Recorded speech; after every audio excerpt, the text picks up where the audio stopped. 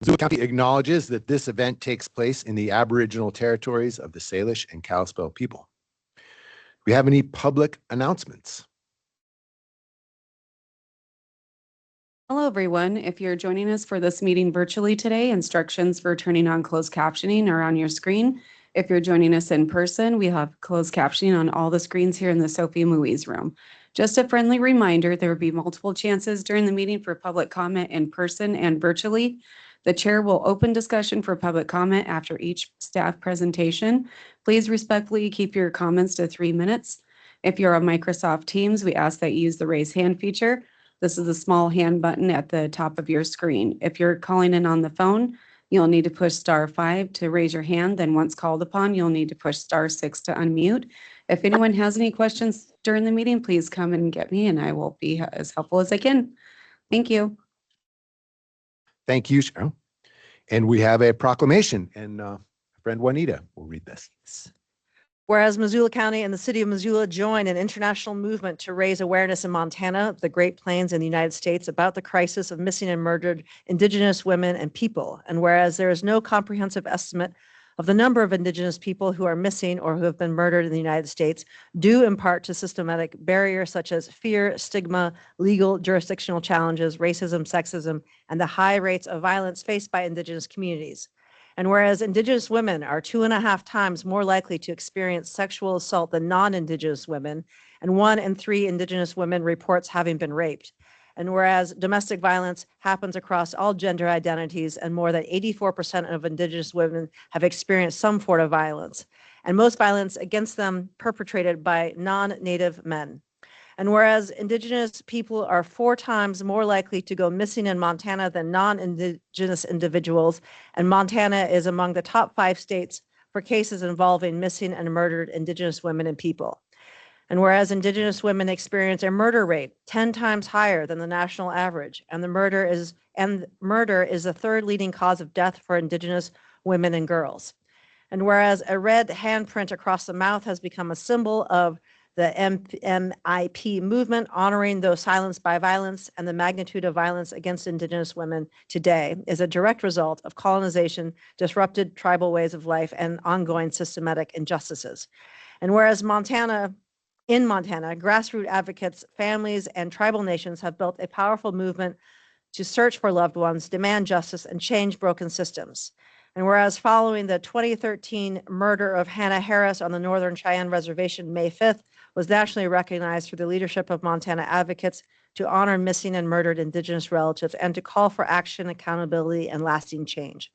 Now therefore, we, the Missoula Board of County Commissioners and the Mayor of the City of Missoula, do hereby continue to proclaim May 5th, 2026 as Missing and Murdered Indigenous People Awareness Day, and commit to honoring the lives of missing and murdered Indigenous women and people, supporting the leadership of Native communities in advocacy and reform, and working toward a future where Indigenous people are safe and justice is served. Signed by your Mayor, Andrea Davis, and your 3 Missoula County Commissioners. Thanks a lot, Juan.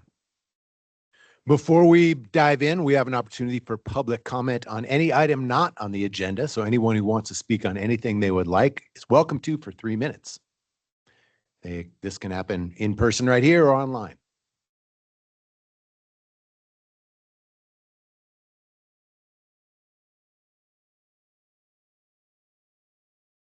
Kevin Davis. You got 3 minutes, sir. Thank you, Mr. Chair. Can you hear me? Yes, sir. Very good. Just reporting back a progress report. This, by the way, Kevin Davis, longtime Missoulian, and in my spare time, I host a weekly Reserve Street Public Working Group. Most of the time that's on Zoom on Friday mornings, open to the public. Last week we met in person on Earth Day, April 22nd. And it was a rare occasion, probably the only time of the year that Montana Department of Transportation unlocks the gates to the public at the Reserve Street Bridge for the public to access the watershed. And some of us met there again, this time to pick up a bit of trash, but nothing like what we, with your assistance, picked up and hauled away. a few years ago to the tune of 100 tons of trash as tracked by Republic Services. Fortunately, this year we were there to celebrate the restoration of the area from prior human degradation, and picked up a bit under the bridge, but for the most part celebrated the wildlife that we saw, lots of deer, 3 bald eagles looking down onto us from a tree, and just seeing how far the community's come. So it was quite a success. Pleased to report that back to you, and we'll continue to monitor the area to keep it up to par. And then secondly, this week's Missoulian notated, I think the headline was, including this recent bump, the county's elected officials have seen almost a 43% pay increase since fiscal year 2022. And I was going to ask CAO Chris Lounsbury to meet with our group again. He did a couple of years ago when we saw a relatively high spike in salaries for certain county officials, and we're hoping to cover that again. We have our last Friday in May open, and perhaps if he's listening, he can get back to me and let me know in the next few days if that date will work to discuss these increases, how it falls in line with economic growth in Missoula, and for those of us in the private sector too, just to have a better understanding on our community investments or tax dollars, how that's being invested, and would help us understand that better. Thank you very much. Thank you, Kevin. Any other public comment? Okay, great. We have 5 hearings today, and we have ordered these quite intentionally. We have 3 of them that should go quickly, and the other 2, based on public interest, that's letters we've received, look like they could go quite a bit longer, especially the issue where I see most of you by the color of your shirts are here for in Frenchtown. We have scheduled this as well as, I think, 2 other meetings if necessary. Not saying we're going to do it, but if necessary, because we're aware of all the public comment and public interest. And because we have scheduled those 2 other meetings, we are going to end at 5 o'clock today. That doesn't mean we're making a decision. It's just we'll end at 5. We'll pick up at the next date. Cheryl, am I putting you on the spot to say the date now? If you want to look it up and say later, you're welcome to. May 12th. That would be our next one. And we'll do another one after that if need be. We want to make sure and hear from everybody who has something to say. Okay, so we'll do the first 3 easy ones, and then the next, they'll progress in difficulty as we go.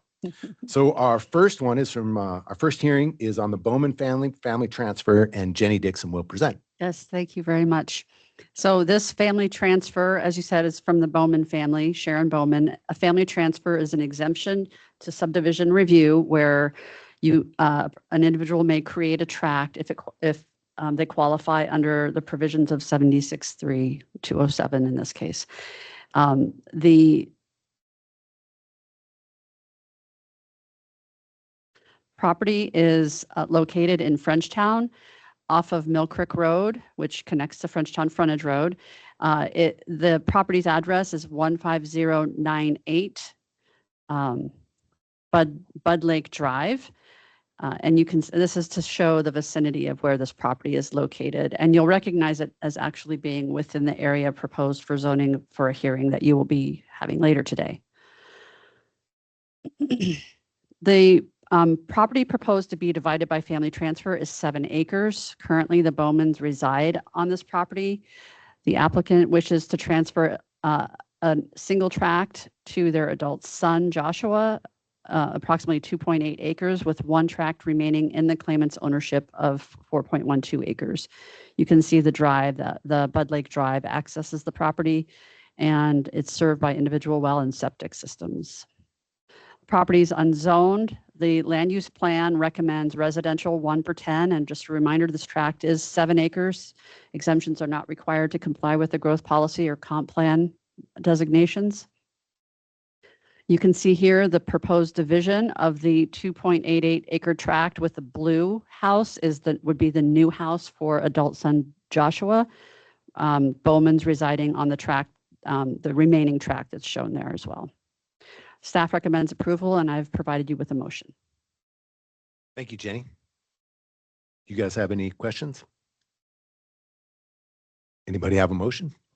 Oh, applicant, shoot, I'm sorry. I'm ready to move on to get to the difficult stuff. Would the applicant or their representative like to speak? Thank you, Jamie. Any public comment on this? Okay. Oh, is there a public comment out there? I move to approve the request by Sharon Bowman to utilize a family transfer exemption to create and transfer a tract to her son Joshua Bowman on property located at 15098 Bud Lake Drive, legally described as Lot A of Saban lots as presented in the exemption application affidavit. Second. I will once again call for public comment. Okay, seeing none, all in favor? Aye. Aye. Thanks, Jenny. Thanks, Jamie. Next up, looks like Sam Scott is here. I was going to ask your boss to come. Looks like you're here. Nice to see you, Sam. You as well. Going to be real quick. So, like I said, very quickly, Sam Scott with the Clerk and Recorder's Office. On April 2nd, you opened the hearing on 2 property tax abatements for new and expanding industry and manufacturing machinery, fixtures and equipment for Montana Knife Company. They requested that both abatements be tabled to today. They have again requested that they be tabled further till May 28th, so that they can decide if they'd like to proceed with those applications or not, or their best path forward. We do have 120 days from receipt of these abatements to make a decision. So that gives us until June 28th to make a decision. So even with tabling, we're still within that timeline. So that's all I have from the applicants. I don't know if Andrew has anything else, but it's just a request to table till May 28th, both items. We can do that so easily. Thank you, Sam. Consider it tabled. Okay, so now we're on to item number 3, right? No, 4, the Y water system. So here's how we're going to proceed with this. First, our CFOs are going to describe the bond issuance in question. And then Andrew Hagemeyer, who manages our TED districts, is going to provide some context for how these things work. And then we will take public comment. Well, Did I get? yeah. Oh, Can I correct you? Please, Yeah. please. The first, we've actually got 2 different agenda items. Okay, The first is an asset purchase agreement, which I'll present on, and then the bond resolution Thank that you. Andrew will present on, and I'll present on that with Andrew as well. great. Okay. So, yeah, thank you. I'm Andrew Hagemeyer. I'm the Community and Economic Development Director for Missoula County, and I'm just going to repeat myself because this is the way I practiced it. We've got 2 agenda items here today for you. The first is basically a contract, and this was something we would normally take to an admin meeting, but because sometimes when we've got them paired with public hearing items, we like to just bring those items together. So I'll get into this asset purchase agreement in a little bit depth here in a second. The second item is a resolution to issue a bond, and that's what the other Andrew will address. So I've got a quick presentation. I'll walk through the asset purchase agreement. So first of all, the request is to approve the asset purchase agreement for the Y water system. Here we got the Y water system as it's being constructed. This is out in the Y1 TED, out just south of I-90 in the Y area. If you recall, Andrew, could you describe what TED stands for? yeah, I'm sorry. Yes, of course. It's a targeted economic development district, and it's a mechanism that we use to fund infrastructure. So if you remember back to 2005, February 6th of 2005, the county commissioners approved the use of tax increment financing from the Y1 Targeted Economic Development District to the tune of $5.3 million for the purchase of the Y water system. And at that time, we also entered into a contract with Grass Valley Industrial, who was going to build that water system. So basically, we went to a private sector business and said, hey, if you build a water system, we'll purchase it from you, and then it will be a county-owned water system. We entered it into a contract for them to build that. They've built it, it's done, and so now we're working on the actual mechanisms to finalize that sale. So what the asset purchase agreement basically does is it's just this contract between the two parties, the builder and the purchaser, that says what we're buying to the T. It includes all the manuals, all the permits, everything that we need to run this system. It's all laid out in this contract. It also includes the final purchase price. So the purchase price of the water system will be about $5.2 million, 5.259221, et cetera, which is a bit under budget. So yay, private sector doing a great job building that water system. How we're going to purchase it, where's the money coming from? This is where Andrew will step in, is we're issuing a TIF bond. So of that purchase price of 5.259 million, 5.225 will come from the TIF bond. Andrew will get into this, but the TIF bond is actually larger than 2.25, and he'll explain why. Then typically, this is very, very typical of big construction projects. Not everything is quite finished when you actually purchase things. Things like landscaping hasn't been put in, there's some carrying costs that the developer is carrying as we go through the approval process. So there'll be about $33,000 remaining that we'll use cash for. That's an up to amount, that $33,000. It may be less. So financially, Flana went through this last week, but I'll touch on it again. The Y1 Targeted Economic Development District proposed 2027 budget. We anticipated annual revenue from tax increment of about $800,000. Our costs for administering the district are about 75. And then we've got a few projects planned, and we keep a retainer for any legal fees or things like quick studies we need from an engineer or something like that. We're also intending to do a preliminary engineering report on the water system itself once we own it. And then we've already approved a fire needs study for the Missoula Rural Fire District and Frenchtown Fire District out of this budget as well. So with the debt service of about $450,000 a year, that leaves our total cost in this FY27 budget to be proposed around $667,000. So we'll be in the black in this district by about 140. And the reason why we're doing FY27 proposed is because our first payment won't occur until FY27. So we do have some cash in that district. I'd like to point out that we're at the starting point of this water system. It is not the water system that we want to have. We want to have a water system that encompasses all of the Y1 TED. This only starts us off in a little spot, and we've got to grow this system over time. So this cash will really help us start to grow the system over time. So the cash will be used to help fund that in the future. So we did take this overall project requires the issuance of bonds, which will extend the life of the tax increment finance district, the TED, the Targeted Economic Development District. The commissioners had a meeting on that 1 week ago today. That was focused specifically on the need to extend the life of the district through bonding, and the commission last week voted to do that. We did present that to our Missoula Jurisdictional Advisory Committee, which is made up of the taxing jurisdictions that are affected by TEDs. So school districts, fire districts, and the Mountain Line Transportation District. And they voted 5-2 in favor of it. 2 of the folks voted against it because they didn't want to extend the life of the district. And then we took it to our Missoula Development Authority, which is made up of citizens from all walks of life that look at these types of projects as well. And they voted to recommend approval unanimously. And with that, I have a motion on the asset purchase agreement, the contract, and then we'll move on to the bond. You guys have questions on the asset purchase agreement? Public comment?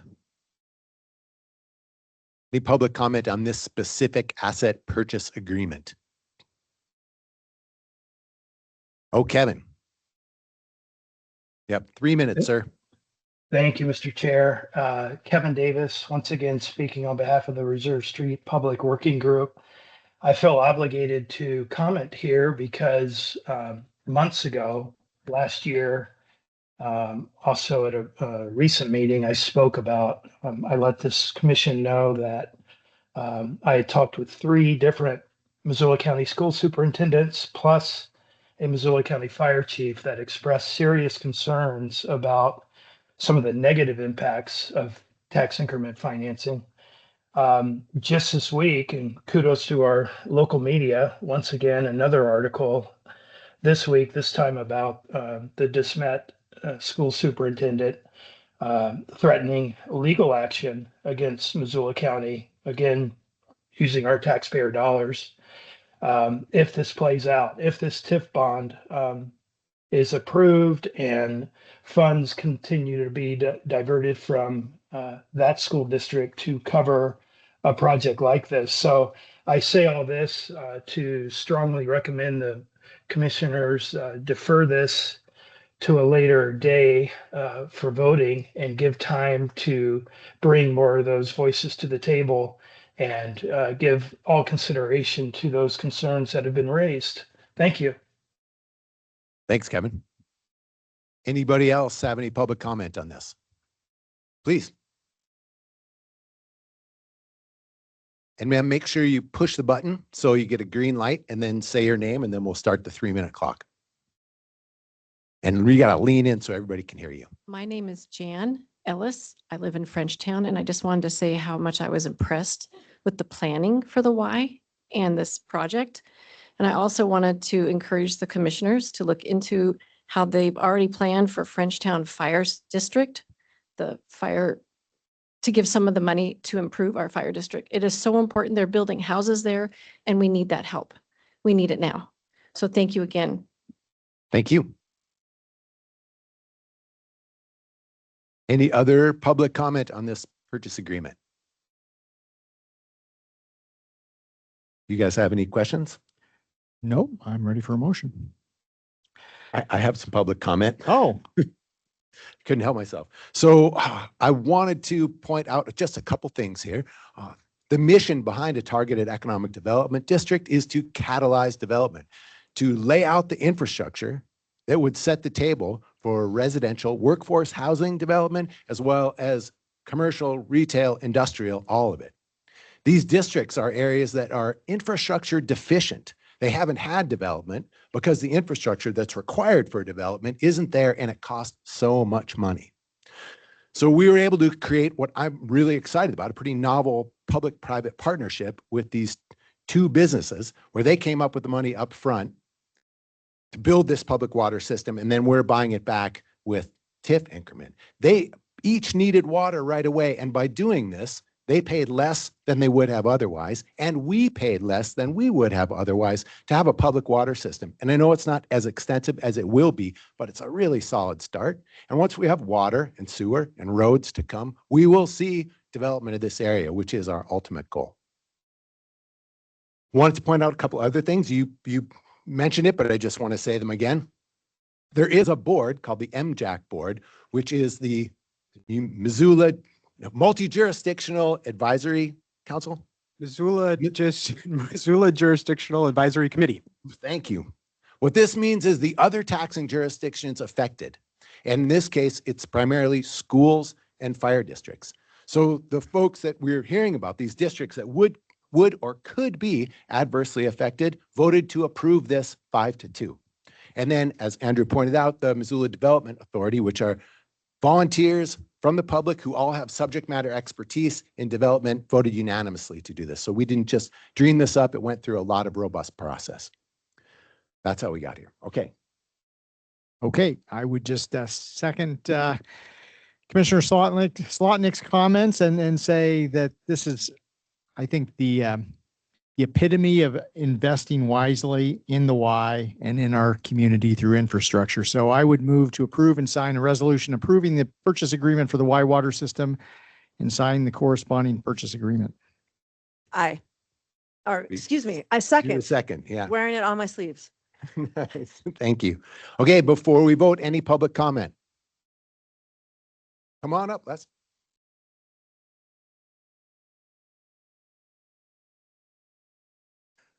How we feeling today, everybody?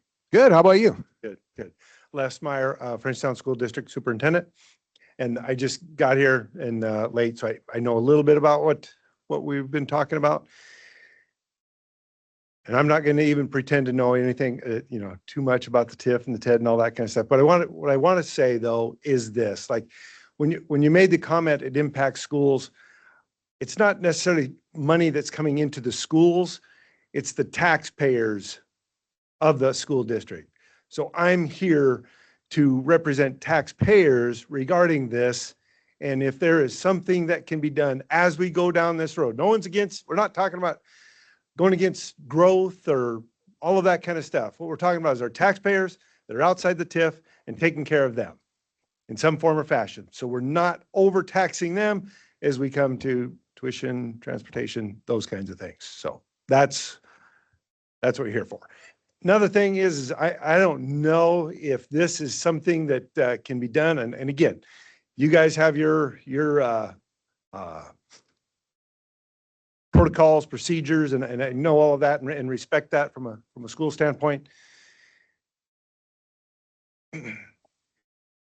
Can something be looked at 5 years down the road from now? When we did have some conversations about some sort of a graduated scale to again help offset things from a local taxpayer standpoint. And if that can be done, I think that's awesome. So, thank you. Thanks, Les. Oh, please, we have a person online. Good afternoon, Commissioners. Damian Frisbee, Fire Chief for Frenchtown Rural Fire District. And I just wanted to reinforce that I feel the same way that Les does about our district and the requirements that we have to grow and our responsibilities, but also not putting too much burden on our taxpayers because they are already facing a lot. And so I appreciate your time. I appreciate your consideration. I just really want to make sure that we're doing the right thing and spending this money wisely. Thank you. Thank you. Any other public comment?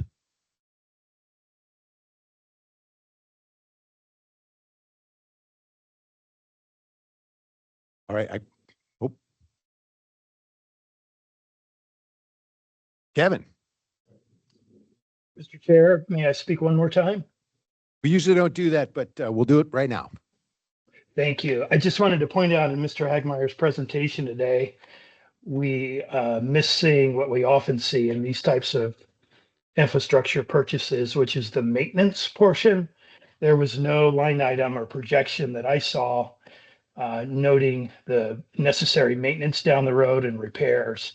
And when I'm hearing today from a fire chief and then from a school superintendent about using our tax dollars wisely, I think that needs to be considered more than it has been today. And that is, we've talked about this in our working group meetings.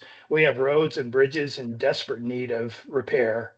And we have so many deferred maintenance projects in Missoula County that here we go making a major purchase today in the Y area that's going to require maintenance for repairs down the road, but we don't see any line items for that either.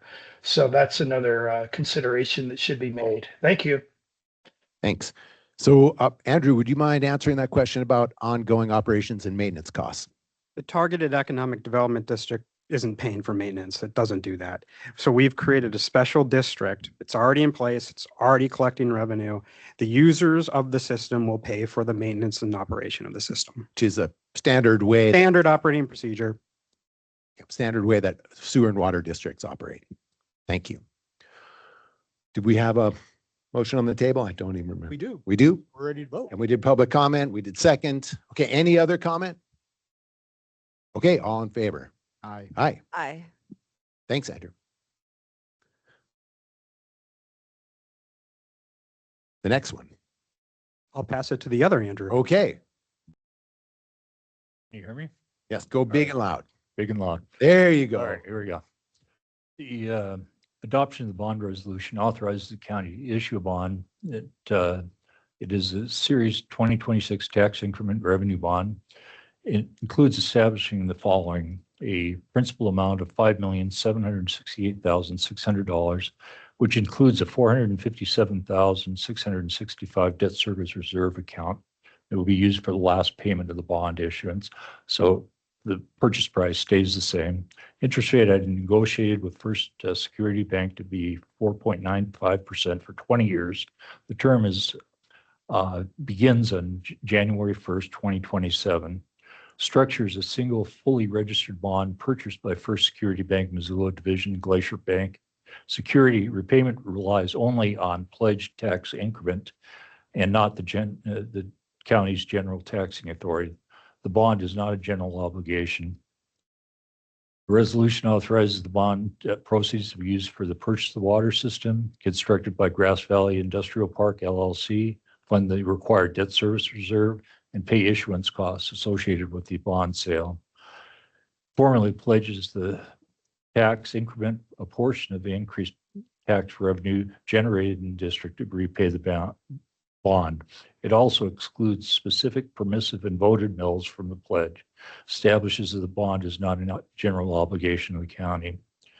Internally, the resolution establishes required financial accounts, tax increment capital project account, tax increment debt service account, tax increment development account. Resolution also establishes oversight, compliance, and conveyance.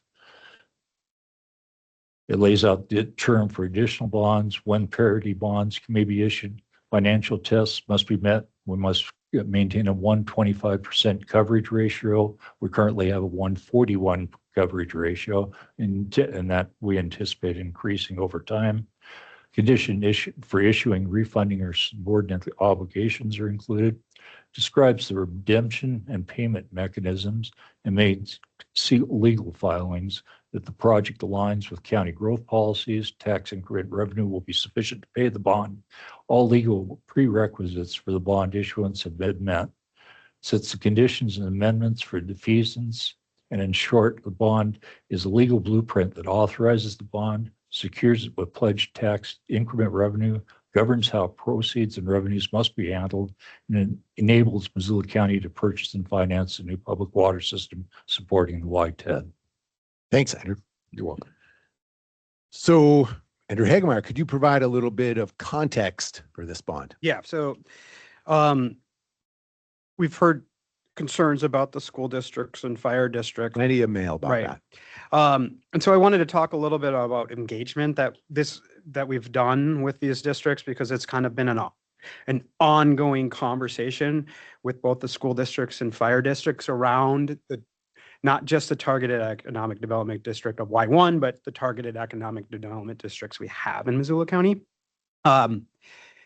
It specifically around the Y, we hired a consultant that helped us, that basically mediated conversations between the county staff and the school district superintendents in 2024 and 2025. We have ongoing monthly meetings right now with the fire districts, both Frenchtown and Missoula Rural Fire District. And we also have that Missoula Jurisdictional Advisory Committee, and we meet with them quarterly. So as we moved, there's lots of conversation around the importance of permissive levies to these districts. And as we move to create this bond, one of the things, prior to the bonds, I mean, just in general, the districts have really, I guess I'm kind of repeating myself now, they've really been concerned about permissive levies in the TEDs. And so at hearing that, and from the fire districts, and then DeSmet Elementary submitted a letter asking for their transportation and tuition to be excluded from the Y1 and Y2 TED. As we went to create this bond, you have to explain in the bond, you have to explain to the bank you have to be very specific about what levies or what are the funding sources that you're going to use to pay back this bond. And we use tax increment. And so in this bond, what we've designed it to do is we've designed it to not include those permissive levies that DeSmet asked to be excluded from the TEDS, and not to include the permissive and voted levies of the Missoula Rural Fire District. What that means is they won't be pledged to the bond. So we can continue to have discussions with the school districts and the fire districts about these levies, these permissive levies that are so important to them through the life of the district. And so they're not locked up in this bond. So this conversation around permissive levies in the school districts and fire districts can continue. That's super good. Thanks. So I'm just gonna say that back to you, Andrew. Make sure I got it right and make sure folks understand. And then I'm not sure if Les is still here. And then I'm gonna double check with our bond counsel from Dorsey and Whitney, who basically approves all these things before we move forward. So our understanding is that our repayment of this bond, I better say it. No, I'm gonna try again. No permissive levies from the school district or the fire district are pledged to the repayment of this bond at this point. There's certain specific permissive levies from the school district that are not pledged, that they requested to be excluded, correct? Yeah. So the specific permissive levies that the school district and the fire district asked to not be pledged to the bond are at this point not pledged to the bond. We can pay back the bond without those levies. And what we are committed to do, and I hope Les is still here, but if he's not, we'll reach out to him. We are absolutely committed to remain in conversation with the fire district and the school district, and checking in, as Les wisely pointed out, to look at the levels of development as we proceed and modulate where the increment goes. We understand how important the functionality of these districts are and want them to be robust, just as much as we want these districts to catalyze further development. Dan, did I get that correctly? Please. And you don't need to introduce yourself too. It's green, so is that? You go, yeah. Okay. Hello, commissioners. My name's Dan Simmons. I'm a partner at Dorsey and Whitney, and we're bond counsel to the county. I think you've described it quite well. In a typical tax increment bond resolution, all of the available tax increment is pledged to the repayment of the bond. And sometimes that's necessary simply to meet the coverage requirements that a lender needs. In this case, there was sufficient tax increment excluding what are defined in the resolution as the excluded, permissive, and voted MELs to meet the coverage requirement. So the county has elected to exclude those excluded permissive and voted MELs from the pledge of the tax increment. That doesn't mean that they are excluded from tax increment right now. They continue to be included in tax increment. It just provides the county room for discussion and consideration as to how best to resolve the permissive and voted MEL question. Had we pledged those, they would have been locked up. The bank would have said, what? Like, you want those back? And so we elected to nip that in the bud by proceeding this way. I would say, so it gets pretty granular, the TEDs, and when I'm talking about this, I often say I'm giving a TED talk. That's perfect. But that's an aside. So the one thing I would say is with regard to the Missoula Rural Fire District, there were some voted MELs so voted MELs obviously aren't permissive MELs. Those voted MELs from 2014 and 2019 are also excluded from the pledge. And then to address the concerns of Frenchtown School District number 40 and Frenchtown Rural Fire District, Currently, their levies don't give rise to any tax increment in TED 1. And you really have to get granular on this stuff. I think it's because the property included in TED 1 that is subject to the mills of Frenchtown School District and Frenchtown Rural Fire District. It's a centrally assessed property that has no valuation.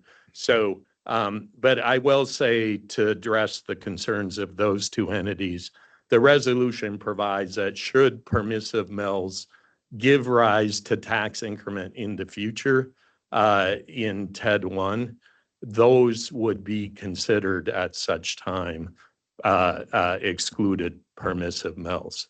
So we tried to cast a pretty wide net here to address the concerns of the local taxing jurisdictions, and to have the opportunity to have further conversation and try to figure out a mechanism that might address those concerns. Great. Thanks a lot, Dan. Yeah, you bet. Thank you.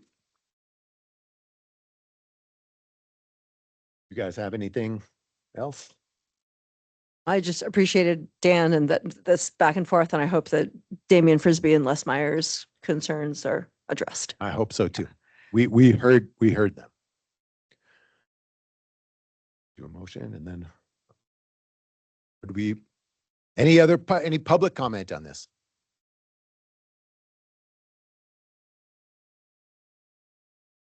We're ready for more public comment on this.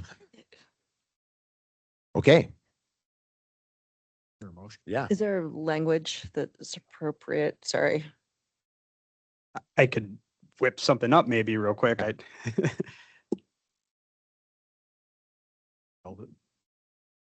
We can work off the RCA. There should be an RCA. Cheryl, you have the RCA? Oh, good. Okay, I would move that we approve and sign a resolution relating to $5,768,000. Sure I got the right resolution. Okay.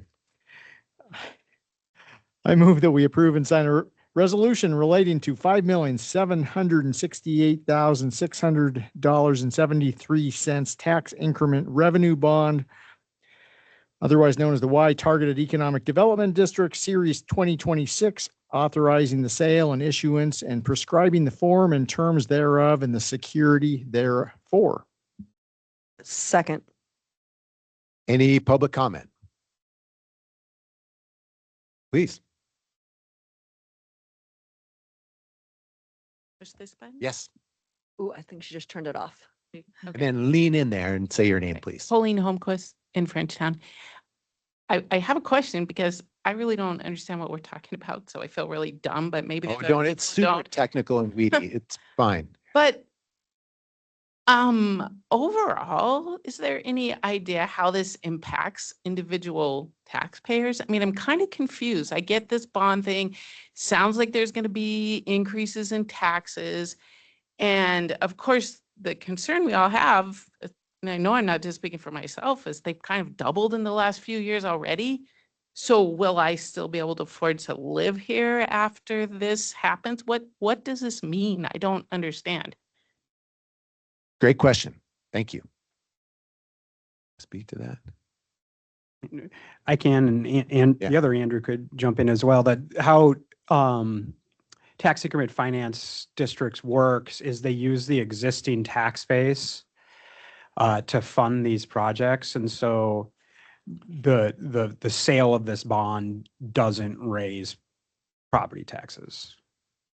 Yeah. But I'm not the chief financial officer for Missoula County. So if Andrew wants to add anything So the else. general, I'll just go for it generally, and you guys can fill in. Generally, the idea here is that the amount of money that taxes grow through the creation of new property each year, that little bit is called the increment.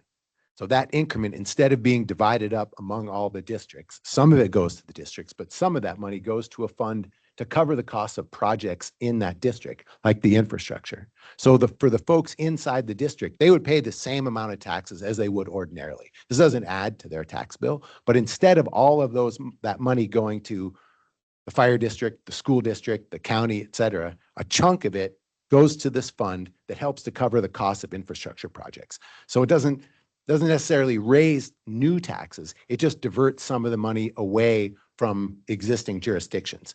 Now, we're super careful, as we just did in our last discussion, being aware of the impact of diverting some of that money away from existing districts. Specifically, we're talking about these permissive levies that cover really important things like transportation and tuition. So we're pledging to be thoughtful right now. Hopefully we've demonstrated that. And we're pledging to be continue to be thoughtful in the future as to how we turn the dial up and dial down, using some of this tax money to cover the cost of infrastructure and making sure that these taxing jurisdictions have what they need to do the job. And we are in the same boat at the county too, because this money helps us remain in operation as well. I hope that it's really, really complicated. It takes. Oh, and you're right on asking. I think you made us do what we should have done by explaining this earlier. So thank you. We got a motion, a second. Any more public comment?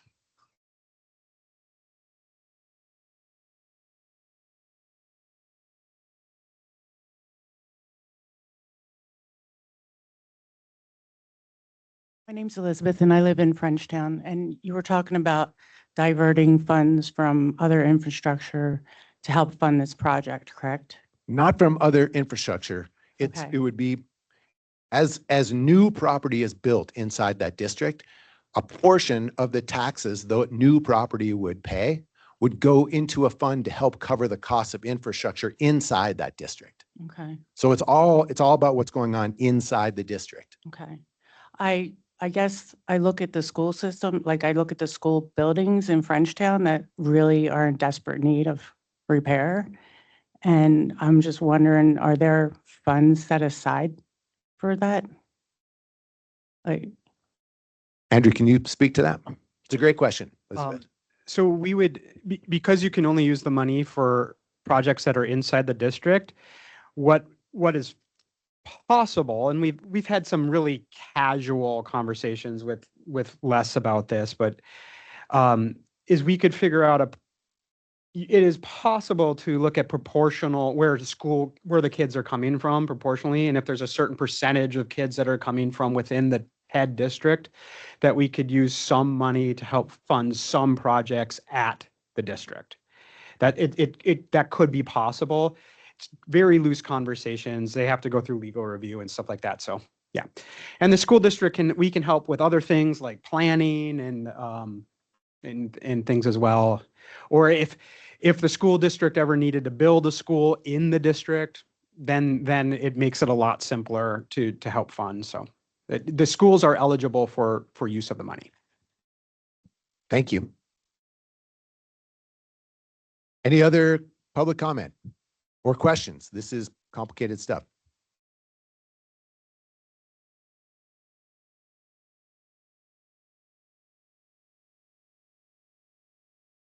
My name is Shay Garrett. I live in Frenchtown. I just have a question. Where is the water system located? Andrew, can you bring up a map as well? Is it over behind racetrack? Yes. Okay. I'm just asking because I have a project over in there. Okay. And If you're interested in hooking up, give me a call. that's cool. All right. We'd love to help. Yeah, I'm getting calls from people that want to hook The up. reason I'm asking, because that's a private owned water system right now and you guys are going to purchase it? Yep. Right? Yes, and it will be available to the public. Anybody who lives nearby, you could tie into this system. Sure, sure. So the customer that I'm going to build the building for right behind the water tower, they're going to probably start paying you guys in the future, correct? If they hook up, If they hook up, they'd have to Yeah. pay for the hookup and then Sure. pay a monthly fee for operations and maintenance, just like folks do who live in the city or Lolo or any other sewer and water You district. bet. Is there a budget on that right now?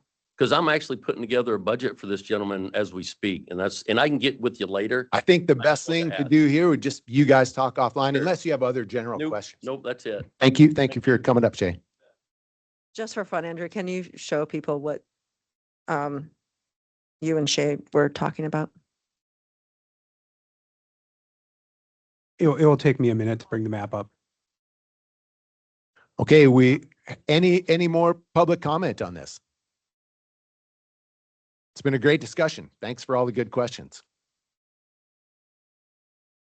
Okay, all in favor? Aye. Okay. Great, thank you. Okay, so want to talk about our next one that we're diving into. This is the big one that you all are here for. So on the advice of our council, we would like to try a different methodology instead of everybody come and speak for 3 minutes. What if this is what we'd like to do? We'll start at 3 o'clock, so we'll have a little bit of a bio break between now and 3, and we're going to divide into opponents and proponents. We can flip a coin as to who goes first. Each one will get an hour, and then if you still have things you need to say but we didn't get to it, we'll do that next time. And so what I would encourage you to do for the next 5-6 minutes is get with your folks and see who wants to talk. Y'all have an hour as opponents, hour as proponents. If you want 2 people to talk for 30 minutes each, they could do it. You could divide it up however you like. And then each group would get an hour. And then we will assess where we are and make a plan for next time. Are you okay with that? Okay, we'll be back at 3. Please make a plan. Thanks. Tyler.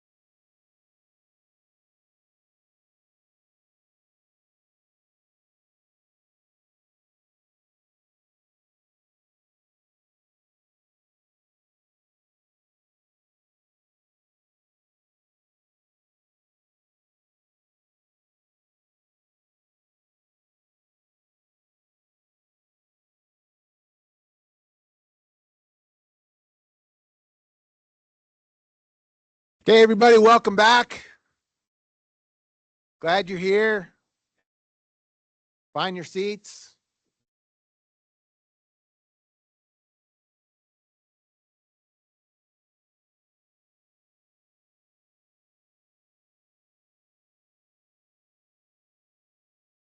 All these zone, what are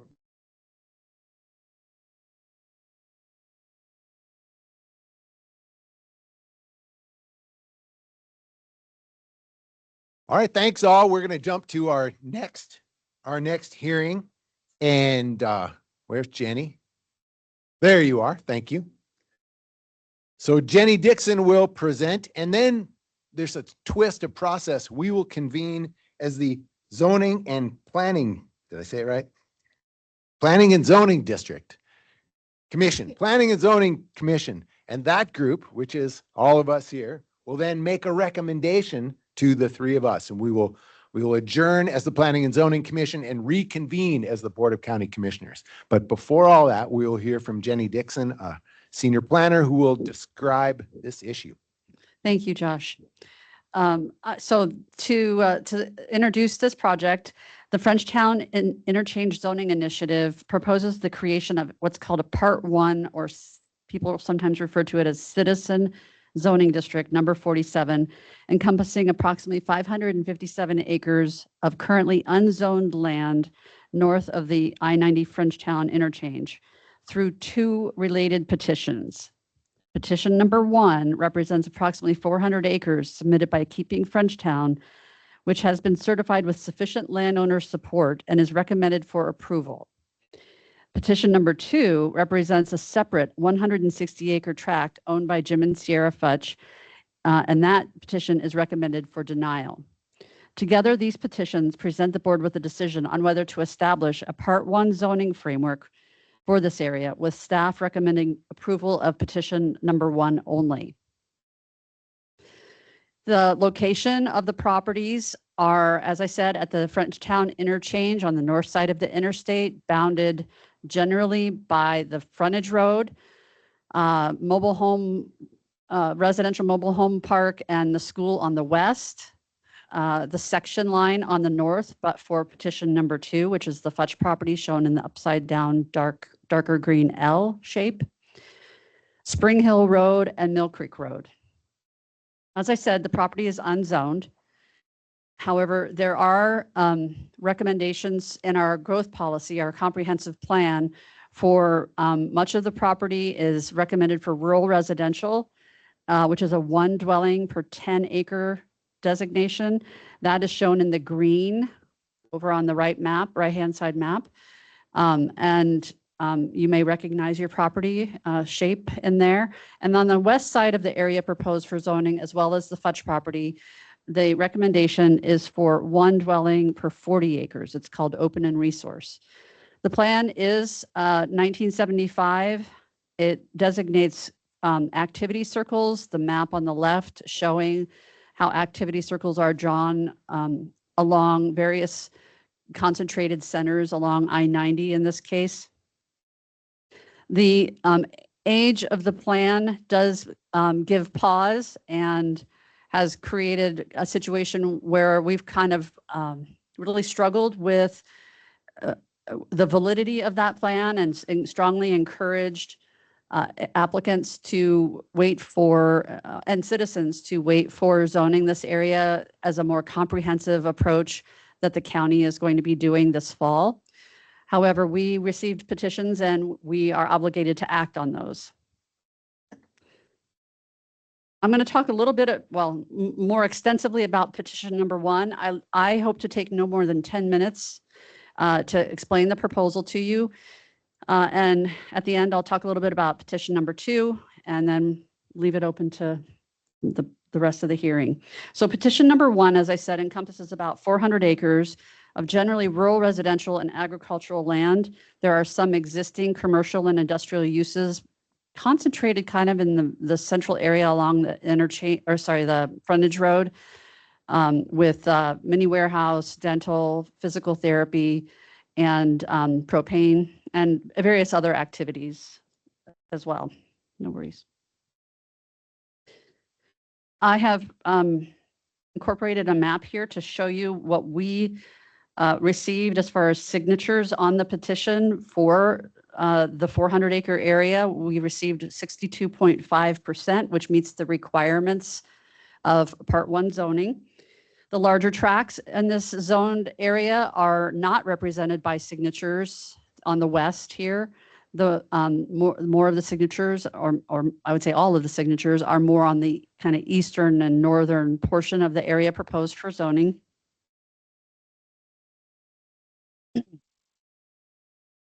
The proposed development pattern, or in other words, zoning districts that we received in the petition were for a designation comparable to our residential and agricultural district called AGRR5. And it's essentially, as I said, residential and agricultural allows one dwelling per 5 acres.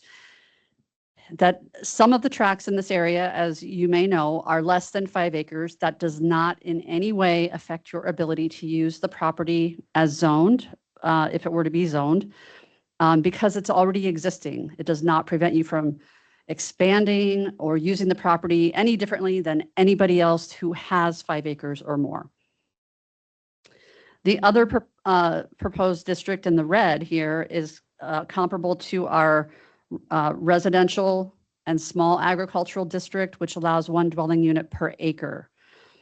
The proposal is to also include duplexes in that area, and with the staff recommendation for approval, we are recommending that the 6 lots fronting onto Belker Lane be permitted to have duplex lots or duplexes on those lots. And that's primarily because of what the covenants would allow there. And I'm going to show you a map in a minute of what the covenants, where they apply and what they allow. And you'll see that that corresponds, the recommendation for duplexes on those 6 lots corresponds with covenants. Some of the existing land uses in these colors, well, actually, let me back up. I forgot to mention the purple. The purple is the light industrial zoning, which includes 4 lots that are already developed. Some of the land uses, as I was just saying, do not conform to this zoning. Those would be considered non-conforming uses and may expand only through special exception review.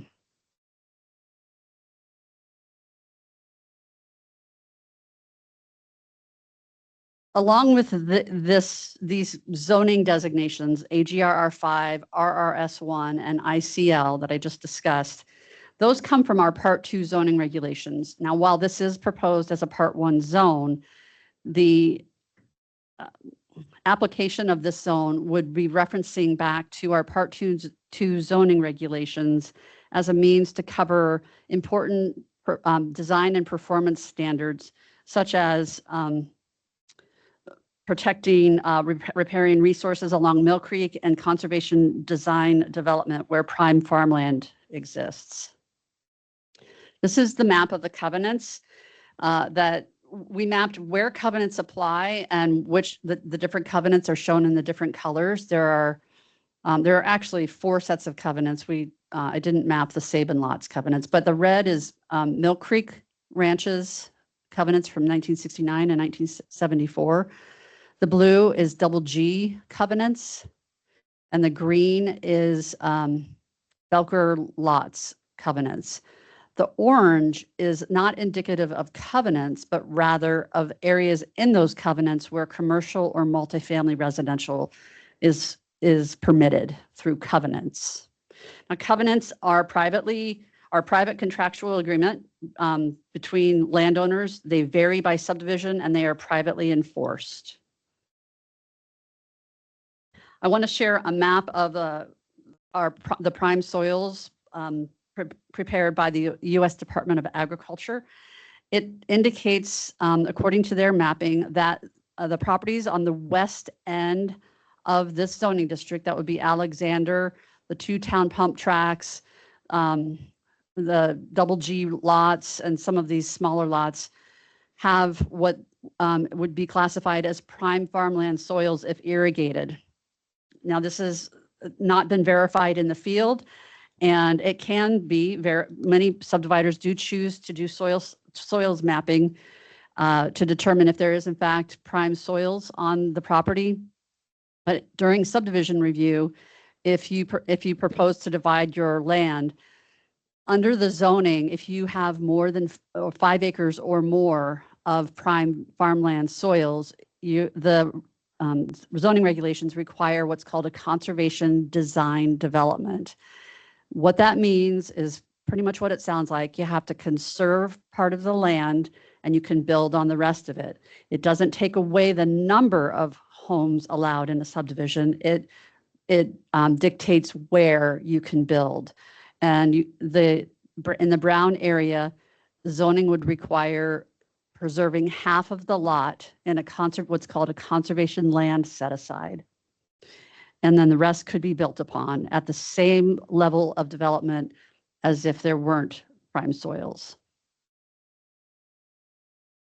Traffic was a key issue in the review of this proposal, particularly as identified by a variety of agencies.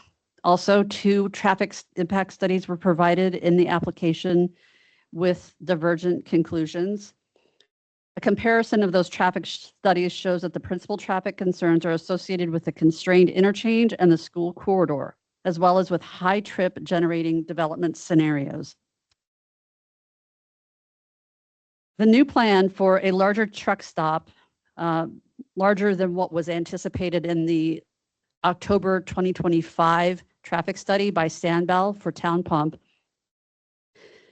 is expected to increase traffic by roughly 1.7 times what was estimated in the February 2026 E5 traffic engineering study prepared for keeping Frenchtown. So let me just say that again, a little bit clearer.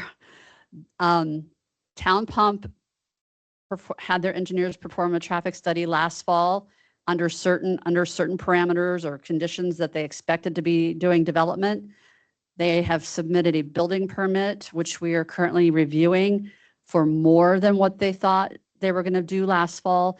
And the Keeping Frenchtown engineer looked at that and believes that it will increase traffic impacts roughly 1.7 times. What I will say is that all of these traffic studies are going to be subject to review by Department of Transportation and Public Works. We're looking at, in this project, looking at traffic from more of an assessment of what agencies would have concerns about, and in part led to recommendation for approval of the zoning given traffic concerns. Frenchtown Fire District and the Frenchtown School District did express concerns about traffic in the area. The area is within the Water Quality District boundary, shown here with the purple and outline in blue, but outside of the Water Quality Ordinance, which means there are limited regulatory protections for water quality. There are no regulations, local regulations on, I'm sorry.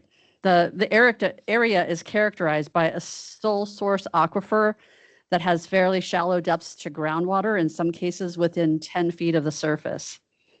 Areas within EPA designated sole source aquifers means that it is the primary drinking source with no viable alternative. The Frenchtown irrigation ditch raises groundwater levels seasonally, thereby increasing some contamination risk, because the aquifer lacks a protective clay layer and so is highly vulnerable to contamination from surface activities. The aquifer has a flat gradient, meaning slower groundwater movement and contaminants do not flush out as easily. Historical studies have found above average bacterial contamination in private wells nearby, and so a special management area was established just west of this area to limit development using septic systems. As the source of contamination remains unresolved, there is ongoing vulnerability, and the Water Quality District commented in support of this proposal as a means to protect water quality at this location. There's also areas of riparian resource along the Mill Creek corridor, and some associated additional wetlands have been identified through the Montana Natural Heritage Program. In these areas, under the proposed zoning, the riparian setbacks that apply to all other streams in Missoula County in this area that are zoned would include a 50-foot protection area and an additional 75-foot buffer. And future development, if zoned, would have to comply with those protection regulations. However, it's really important to keep in mind that if you have an existing structure or home or any kind of building within those designated depths from the high water mark of Mill Creek, there is one, that construction location establishes your new distance requirement from the creek. So in other words, let's say you had the 125-foot distance that you were supposed to either not develop or have some limitations on development, but your house was built within 100 feet of, went into that area, 25 feet, so you were at 100 feet. That basically reestablishes your setback from the creek, that line. So you could add on to the house or build structures up to that line, but not further, since that area has not been infringed upon yet. The wildfire hazard in the area increases from moderate to very high hazard as you move into the hills north of the valley floor, and the color intensities are shown here: yellow moderate, orange high, and red very high. The proposal attempts to keep densities lower in these high hazard areas and concentrates development closer to existing infrastructure consistent with the community wildfire protection plan. The majority of the land is within the proposed boundary consists of flat land with gentle to moderate slopes, meaning 5 to 25%, shown in green and yellow along the northern end of and northeastern portions of the property or the site. The proposal attempts to keep densities lower in steep slope areas and concentrate development closer to existing infrastructure.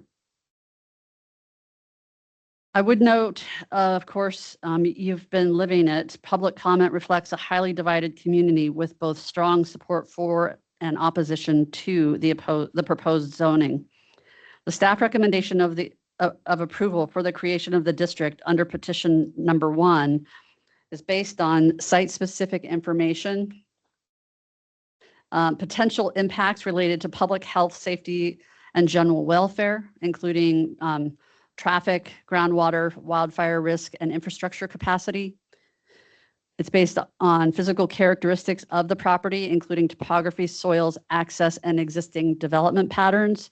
And finally, generally consistent with the adopted comprehensive plan policy documents. General expressions of support or opposition by citizens were considered reflective of community sentiment, but were not relied upon as an independent basis for the staff recommendations. This is my only slide on petition number 2. And then I'll have a slide for what our staff recommendation is. So the highlights of this petition are, because I've covered a lot in the previous presentation about petition 1 that are basically applicable here.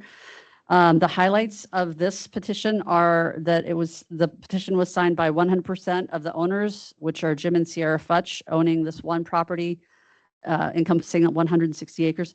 There are no existing covenants on the property. The driveway is approximately 1 mile long with an easement through town pump property.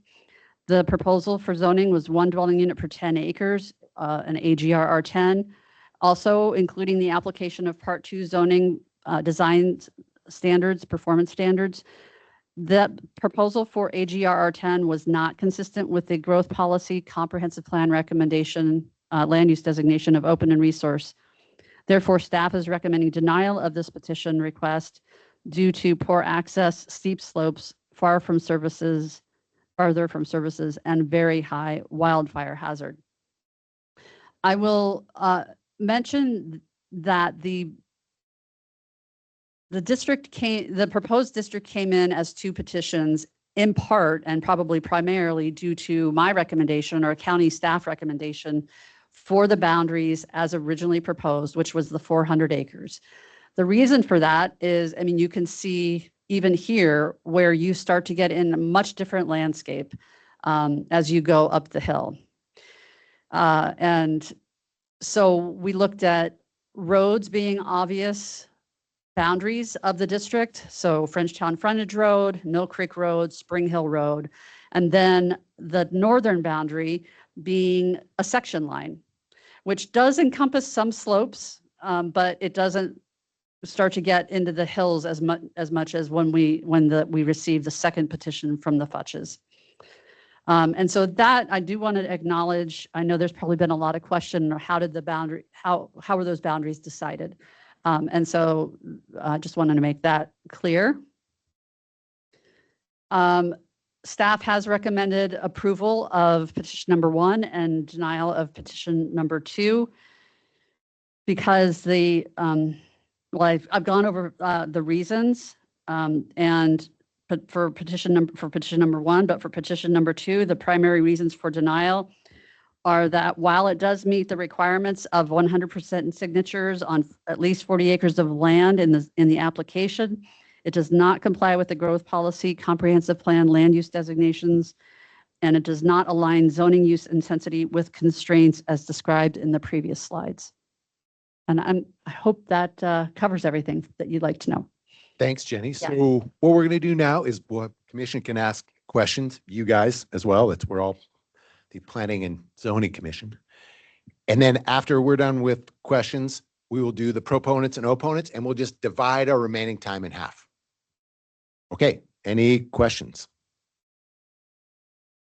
Please.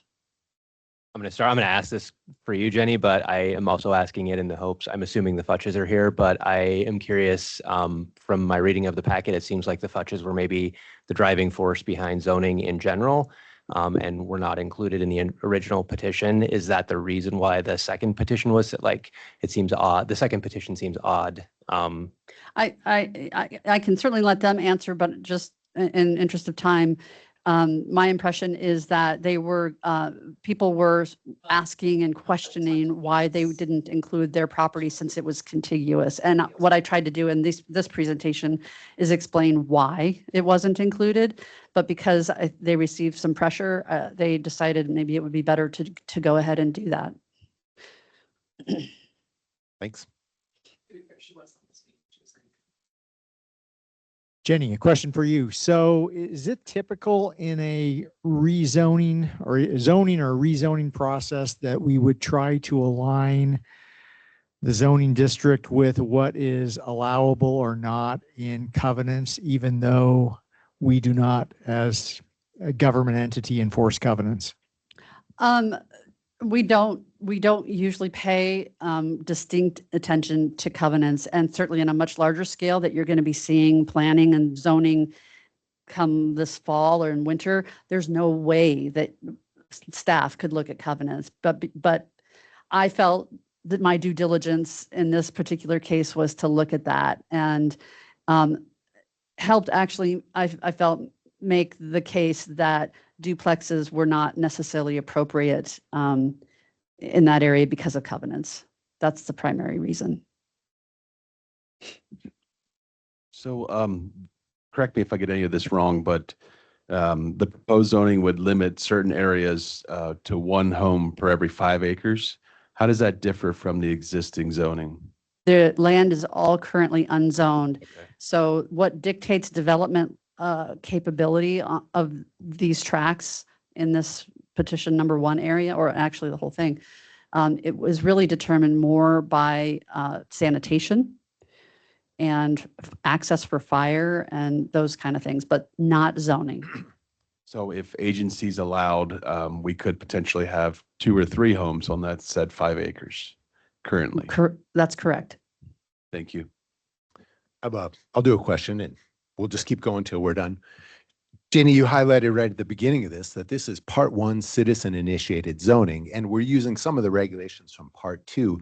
And I wonder if just for a few minutes, if you would describe the differences between part 1 zoning and part 2 zoning and why this is happening as part 1. Thanks. Absolutely. So I'll start with the latter part first. The applicants originally sought Part 2 zoning. The requirement for Part 2 zoning is 100% of the landowners within the area must sign on to the application or to zone the area under Part 2 zoning. Part 2 zoning is what you may all know as just, when you think about the city of Missoula or the county close into the city and it has zoning, that's under a different section of law than the zoning that you're contemplating today. Part 1 zoning is from the mid 1950s. It was the first way that Montana really zoned land and is done in a way that shifts responsibility for figuring out what you want and bringing it forward to citizens. In this day and age, it's really, I think, burdensome and impractical.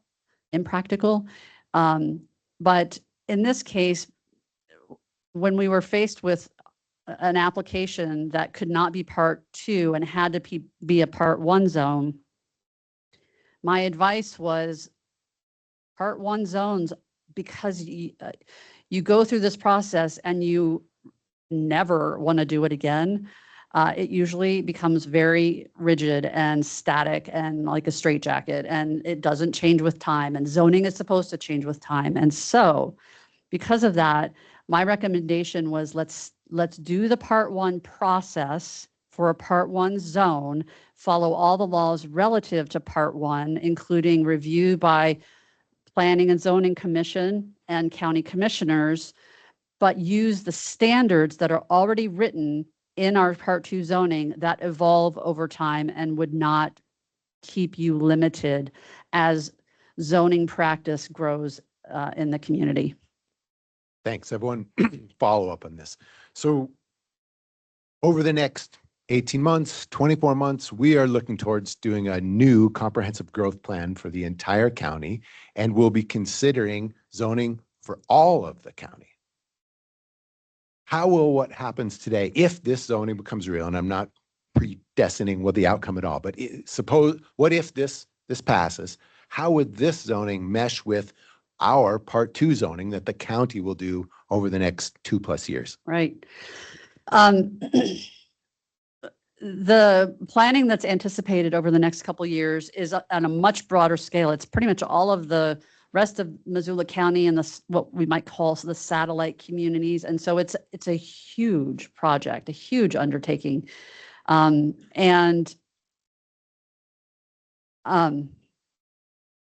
What would happen if this zoning becomes real today? And so what I had let the applicants know is that we are in the process and in fact discouraged submission of this application because we're in the process of doing this planning and potentially zoning should citizens want it. The possibility does exist, and I let the applicants know that in that new process coming up, there could be a new proposal for zoning that the commissioners could entertain as zoning this area differently than what what's being proposed today. Thanks. Oh, I have a question. Okay, so maybe the nut of this. So if zoning district 47 is approved, can a town pump travel plaza go in? I don't know the answer to that question. The zoning is attempting to establish zoning regulations on the land that would not allow a town pump. However, there are other provisions, including something called vesting, that we are trying to determine in-house how to approach requests from town pump for vesting their development plans. Between you and our attorney, could you guys describe what vesting is for folks out here who may not know?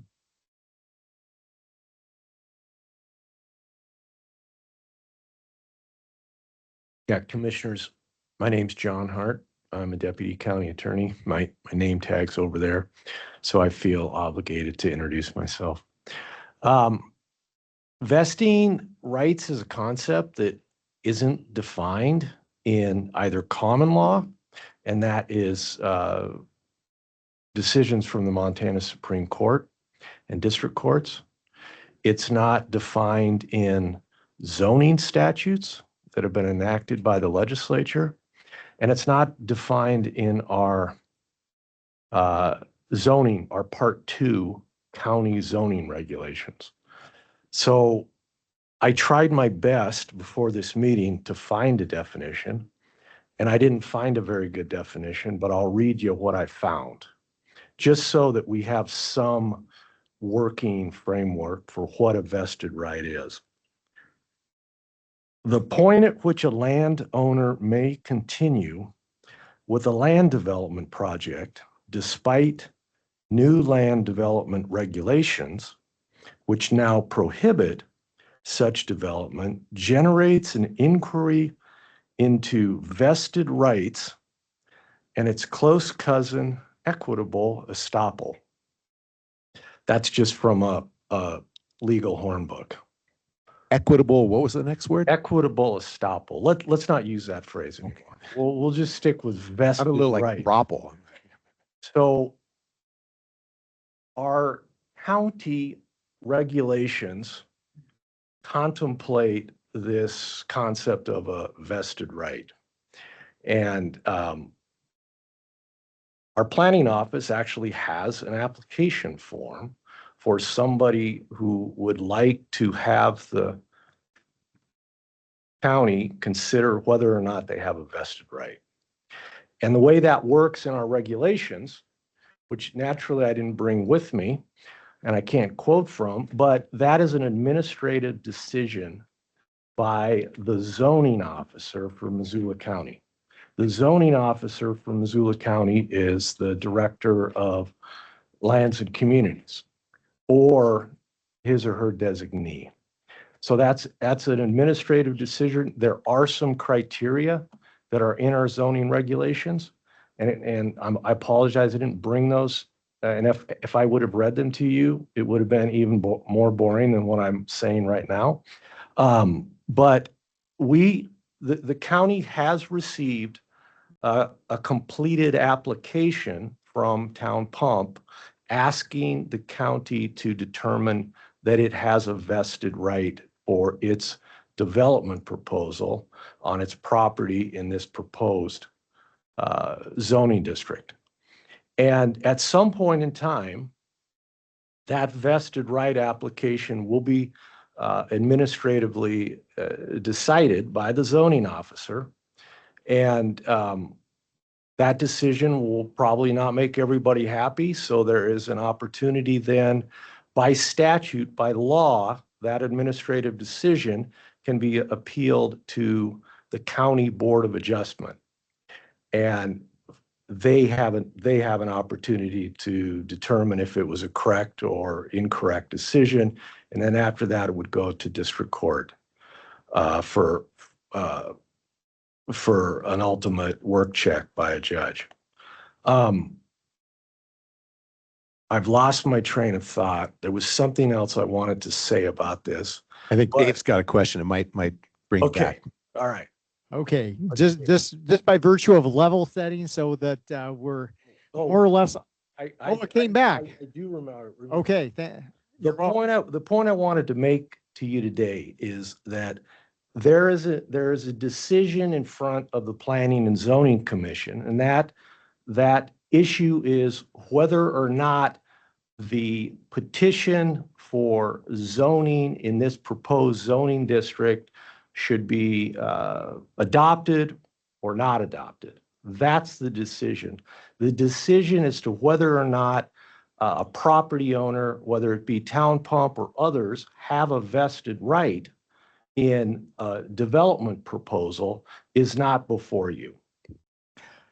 So just to follow up on that, John, hang on to that mic. So just gaming this out hypothetically, since we do have this administrative process to determine vesting and having a vested right to do something with a particular parcel, namely the Town Pump Travel Plaza, conceivably, we could adopt one of the zoning petitions before us, and it would be determined that Town Pump's use of the property for a travel plaza is vested, and we would simultaneously have zoning and a travel plaza, which ostensibly is the reason why the zoning was proposed in the first place. Hypothetically. That is certainly a plausible scenario. Okay, thank you. Errol. Errol Rupp, citizen member of the Planning and Zoning. I have a general question. It might stir the hornet's nest, but there's 60+% of signed signatures, which makes it okay to proceed. I have a big question. What happened to the other 40? Were they approached? Were they given the opportunity to sign or not sign, or you follow my gist? Just want to say, were all of you approached and allowed to sign or not sign? That's a Jenny. Yeah, I do not know the answer to that question, so I'm going to leave it to the board to request that information when appropriate from the applicants. Any other questions before we do public comment? Oh, thanks, Tyler. Sorry, I've got two questions. One is probably for John, and then the other one for Jenny. John, the first question is the signature requirement on this is a little different than a lot of the normal petition signature requirements. Can you explain how landowner signatures are counted? And then I'll ask my question of Jenny. Yeah, I'll do my best, Tyler. 76-2-101 is the statute that concerns the petition that's in front of this commission. And it requires signatures from 60% of the affected real property owners. Those four words are a quote from the statute. Affected real property owners. Missoula County has a document in the planning department's area of the webpage, which gives some guidance on who is an affected real property owner. And I felt obligated to, because that's information we provide as a county to the residents. I felt obligated to follow that, but I also agree with the guidance that's provided within it. Let me preface this. I'm not saying that I agree that any of this is 101% fair, but I believe that this is an appropriate way to determine who is a real property owner. And this is how I did it. For a property owner, for property owned as a corporation, an LLC, or some sort of business entity, that is one property owner. Doesn't matter how many shareholders they have, how many members that they have in their LLC. It's the owner of the property is the business entity itself. They get one vote. The same with a trust, and believe it or not, there were more than a few trusts in this proposed district. And again, the title, the property is titled in the name of the trust. There are trustees that are named in that vesting deed, but I discussed this with some property law attorneys, and they made it very clear to me that it is the trust itself that owns the property. The trustees hold and manage that property on behalf of the trust for the benefit of the beneficiaries of the trust. So I counted each trust as one affected real property owner as well. And then there's a lot of property that's owned jointly. Typically spouses, husband and wife, they own it jointly. Those individuals I counted as two affected real property owners. They both have an undivided joint interest in the property. And then honestly, this is where it gets, it seems like it could be less than fair. There were a number of property owners that owned more than one piece of property. And because of our county guidance document, and if you read the words of the statute, affected real property owners, I didn't take into if you owned more than one piece of property, you still just had one vote. Okay. So there are, and you're gonna hear from these folks, and they're probably, will disagree with how I did that. There are people that own multiple pieces of property in this proposed zoning district that got just one vote, despite their numerous pieces of property. But I can't read the statute any other way. There are lawyers that I'm sure you'll hear from who either agree with me or disagree with me, and they can state why. What other scenario did I? There was one condominium in this district. And so there's 3 different units in the condominium, but all of those condominium units were owned by the same LLC. So again, one vote. And that's how I came up, that's how I crunched the numbers. I looked at every single vesting deed for every property in this proposed district, and I just tallied it up, and I came up with 62.5% of the affected real property owners signing the petition. Thanks, John. I'm going to wait on my other question because I think we need to get to public comment, I guess I would say. Awesome. Great. Anybody else? Oh, you were good. Okay, so we have, help me with math, Jason. We have 75 minutes till 5 o'clock, right? So if we do what, like 30, let's go over, we'll do 35 minutes apiece. That sound good? So we have a highly technical, we did plug this in, it's all charged up, it's ready to go. Dave's going to flip a coin, and Juan is going to decide who is a proponent, which heads or tails, proponents, opponents. You decide. Heads, proponents. Heads or proponents. Okay, this is a penny that I'm flipping.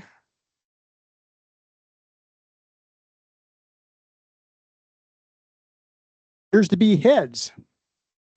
Proponents go first. Excellent. Thanks. Okay, so proponents, you have, and somebody help me with this clock, 35 minutes. So we're going to go to 20 after 4. 4:20. Thank you, Juan. 4:20 it is. Proponents, come on up. And please say your name, and we'll just keep the mic on and make sure you lean in and speak loudly. Hi, I'm Emily Wilmot. I'm counsel for Keeping Frenchtown, which is the petitioner here. Can you go a little more into the... Okay, I am hoping that we could reserve 10 minutes of our time just to be able to respond, because I want to make sure the sea of orange here is able. Yeah, you got 35 minutes. Do whatever you like with Okay. it.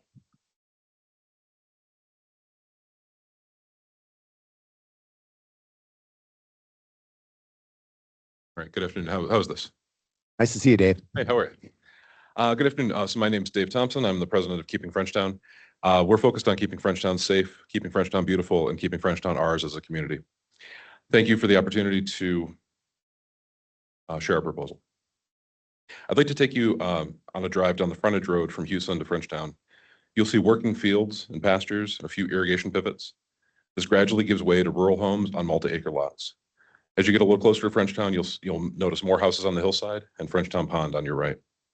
There are dozens and dozens of homes in classic rural residential layouts, community that's grown gradually over the years as working land is slowly divided.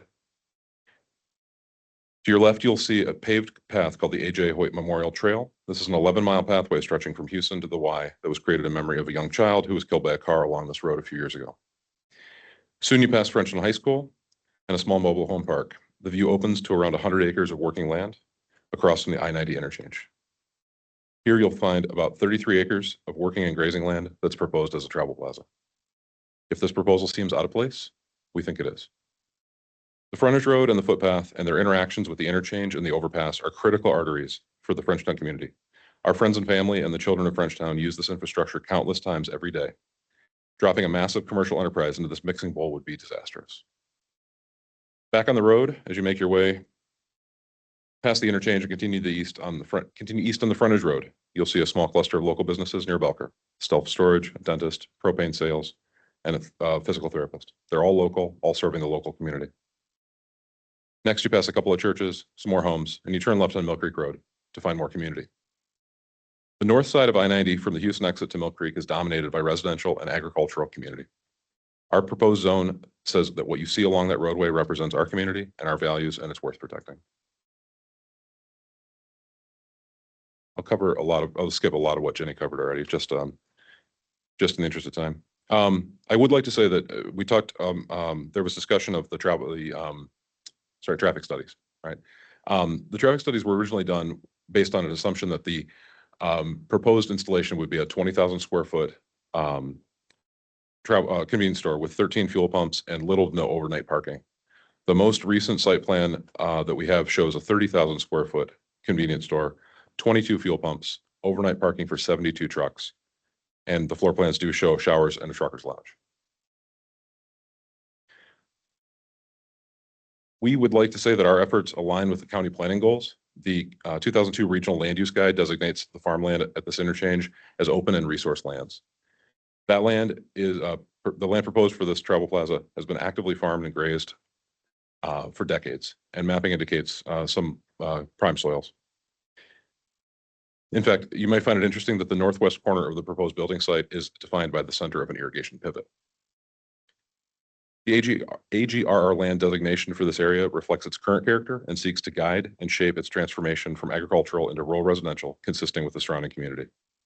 I would also like to highlight that the commercial designations in the 2002 Regional Land Use Guide, the guide specifically places truck stops in the general commercial designation. It calls for local commercial and convenient shopping for local residents inside the Frenchtown activity circle. The distinction was created in this plan some 24 years ago. It saw truck stops as fundamentally different from local commercial enterprise. The existing businesses of that area are the local commercial that the activity center contemplates. A 22 pump travel plaza with rows of overnight truck parking is not local commercial for local residents.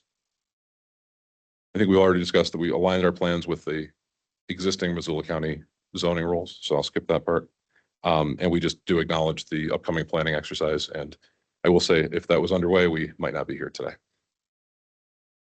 I will say that this was a challenging process. It was difficult to ask our neighbors to consent to another layer of county regulation, and some in our community strongly opposed this initiative. That said, we embrace the public comment process, and I urge, and I am fully expecting that we'll hear from folks that want to express their concerns. We also want to hear from the people that support this initiative. We continue to receive near universal support from our community at large and our neighbors inside the zone for the goals of this proposal, right? Even if some of them are genuinely unhappy with the mechanisms. The Frenchtown community did not ask for this situation. We learned in spring of 2025 that a travel plaza was planned a quarter mile from our high school, above our drinking water, and at the only interchange that first responders use to reach us in times of need. Last year, more than 2,500 members of our community signed petitions opposing the travel plaza. And at a community meeting last summer, well over 100 residents voiced overwhelming opposition to the project. And I'll paraphrase one of the public comments on Missoula County Voice regarding this initiative for the zoning. Just because Frenchtown has an exit doesn't mean it needs a truck stop. We asked for help. We organized, we studied, we learned the hard way. This was harder than we expected, and that's what everybody told us it would be. We worked with your planning staff, we held community meetings, we incorporated feedback as best we could. We commissioned an independent traffic study, we went door to door, we gathered signatures from 60% of the affected property owners. We did everything the law asked the community to do when it wants to protect itself. We can't do this alone. We are here representing our community, and we do ask the commission to support the recommendation for Citizen Zoning District 47. All right, I suppose with that, I will turn it over. I think, Sierra, do you need anything to? And Dave or Josh, while proponents, kind of the applicants are up, maybe answer Errol's question. Oh, yeah, of course. Yeah. So yes, so we did reach out to everyone in the district. At a minimum, everyone received notice of our intention by mail. We went door to door, spoke with as many people as we could. We talked to people on the phones. I would say that to the best of our knowledge, everyone was contacted. There's maybe one couple that lives out of state that we weren't able to talk to. We talked to some of the folks that live at their house and tried to get hold of them, but weren't able to ultimately. So, yeah. Okay. What would you like to do? All right. All right.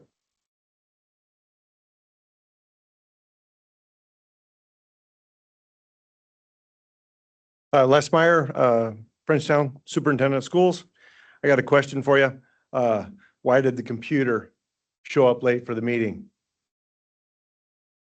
It had a hard drive. So which kind of leads to this. So anyway, we have over 1,200 students. We have 200 staff members that are going to travel the Frenchtown corridor every day. We also have parents and workers and everything along those lines that are traveling that corridor. Not all of them are going over the interstate there and going over the overpass, but there's a lot of them. So every bus is going to go over the overpass. A lot of the kids are going to go over the overpass, whether they're driving or whether they're riding with their parents. I've shared those concerns in writing before, but I'd just like a few more points verbally. Our district is unique, and I think just about any superintendent or any parent or anything along those lines is going to come up and say, hey, our district's unique. Our district is. We are split into 2 campuses. We're separated by a frontage road, I-90, railroad, and a bike path. So go ahead, Whitefish, top that. But anyway, so no matter what, and I don't know if any of you guys have been out there, but you need to see the overpass in the morning. You really do. And that's not just the only time, but the one thing about the mornings that I've come across in all my years on earth is no one is going somewhere in the morning on a leisurely drive. Everybody's in a hurry. Everybody's late. Even if you're early for work or early for school, everybody's there in a hurry.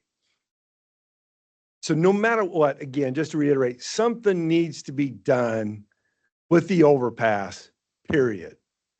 We are seeing additional growth. That's not necessarily seeing additional kids. That's pretty well documented in Missoula County in terms of the number of students that we have, but there's more vehicles, there's more driving. And so again, just to reiterate, it needs to be on somebody's radar, and it needs to be addressed one way or the other. So if we put additional residential, if we put additional commercial, if we put something else over there in that field that's going to increase traffic, that is going to increase concerns, that's going to increase the opportunity for an accident. Just to go along that, last year we had 3 accidents. We probably had more, but anyway, we had 3 accidents. 2 of them were right there on that interchange. I will tell you that one of them was our fault, and one of them was a situation where somebody was coming up the overpass, slick roads, and hit one of our buses. The other one was we had an accident coming right out of our driveway there at the high school, getting onto the frontage road. We had an accident right there fairly early in the morning. And so this is what the comment will be. Yes, you deal with kids less. There's going to be accidents. Yes, 2 of those accidents involved kids. 2 of those at fault were adults. So it's not just about kids, because just because you get over 18 doesn't mean you stop making mistakes. So anyway, just wanted to hit on that. I also want to say on Tuesday and Wednesday of this week, we had middle school track out there. We are kind of a hub for the area in terms of hosting events. That also increases traffic. Yes, that's during the day, but the track meet started in the morning. We had 15 buses there yesterday coming and going. That's an increase in traffic. That's an increase in opportunity for accidents. So what I want to say is we are already strained at that area. Addition, regardless of what it is going to bring an opportunity for accidents to occur. So I think there needs to be something done right away. I don't like coming with a problem and just without really a solution. I think we're going to talk about some solutions here as we go, but just want to bring that forward. That, you know, I think some people are going to talk about the water. Obviously, that's a concern. I think the septic can be a concern, and from that standpoint, I would hope the process itself plays itself out. But anyway, I'll shut up. Plus,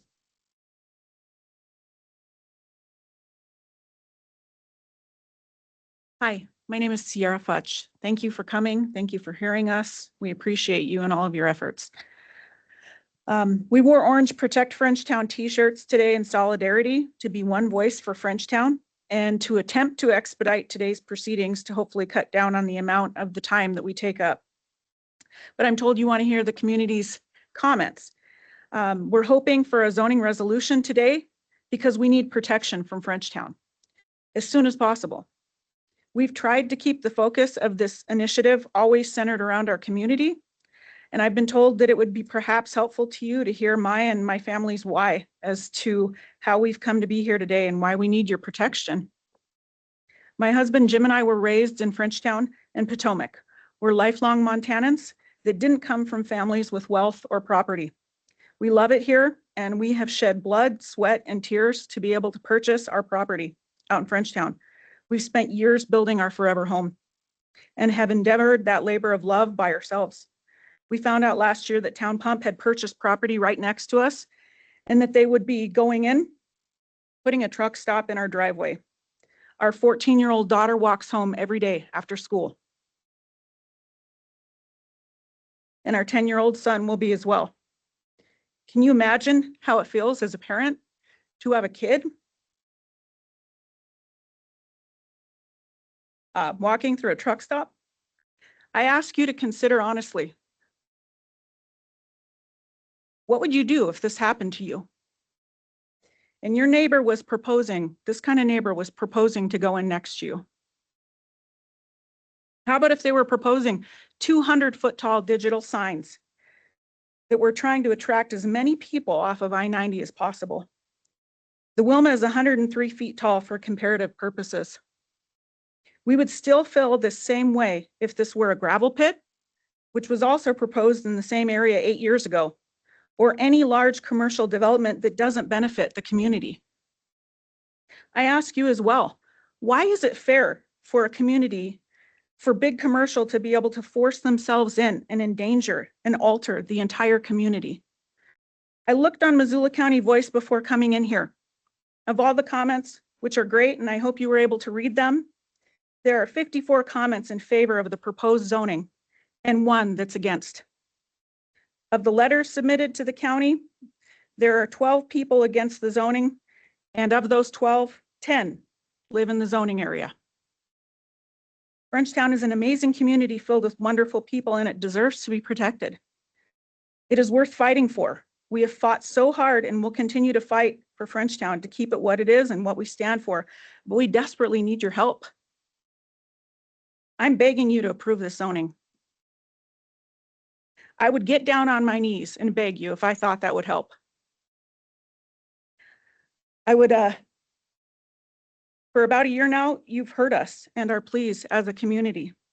You've told us that your hands have been tied. We have worked hard to untie them here and give you the tools to intercede and help us. Please, please give us the zoning.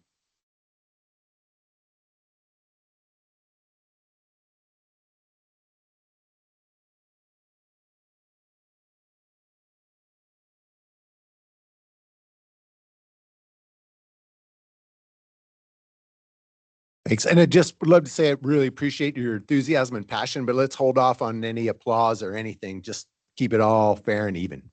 Thank you.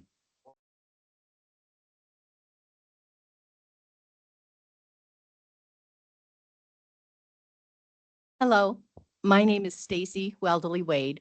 My home and property are located within the proposed zoning district. My daughter, her family, and all my grandkids are also out in Frenchtown. I am 110% in favor of this zoning. Any commercial development of the area immediately adjacent to the westbound off-ramp of exit 89 and in extreme proximity to the Frenchtown schools is a disaster waiting to happen. The imminent danger to Frenchtown's water supply could be catastrophic. The traffic congestion and related accidents, a nightmare. And the negative impact to this rural agricultural community and lifestyle, overwhelming. This is not just speculation. I submitted a request for relevant information from Missoula County Public Records related to local, state, or national studies or data which reflect the impact of the location of a truck stop, bar, casino, and convenience store on crime, underage drinking, vaping, tobacco use, drunk driving, drug and human trafficking. I also requested information related to Frenchtown's water situation. Missoula County's own water quality district has clearly indicated that commercial development in this proposed area is not advised due to health and safety reasons, so I won't address that subject. As to the remaining topics, as expected, the data indicated that there were direct correlations between the proximity of this establishment and higher incidence, these establishments, namely truck stops, bars, casinos, and convenience stores, and higher incidences of crime, drugs and human trafficking, underage drinking, tobacco use, drunk driving, and vehicular accidents. What I found particularly interesting, however, is that in many of these studies, the proposed solution to eliminating and reducing these problems was to make wise use of zoning processes to regulate and prohibit certain commercial developments from locations which are in close proximity to schools or other areas where young people congregate. In this specific situation, the intuition and common sense of the residents in Frenchtown is spot on. This citizen-initiated zoning proposal will accomplish exactly what all of the experts and the studies have proposed, namely to protect this community and the greater public at large from a wholly inappropriate and dangerous commercial development in a location for which it's not suited. I urge Missoula County to adopt the proposed citizen-initiated zoning proposal. I do have a copy of my records request and have highlighted some of the results provided by the records folks if the commissioners are interested in reviewing them. As to some of the questions that were proposed earlier, namely, if this zoning proposal is adopted, will it in fact stop town pump? None of us have a crystal ball. That's not a known factor at the moment. However, what is known is that without this zoning, town pump or other commercial development will build. There is absolutely nothing to stop it at the moment.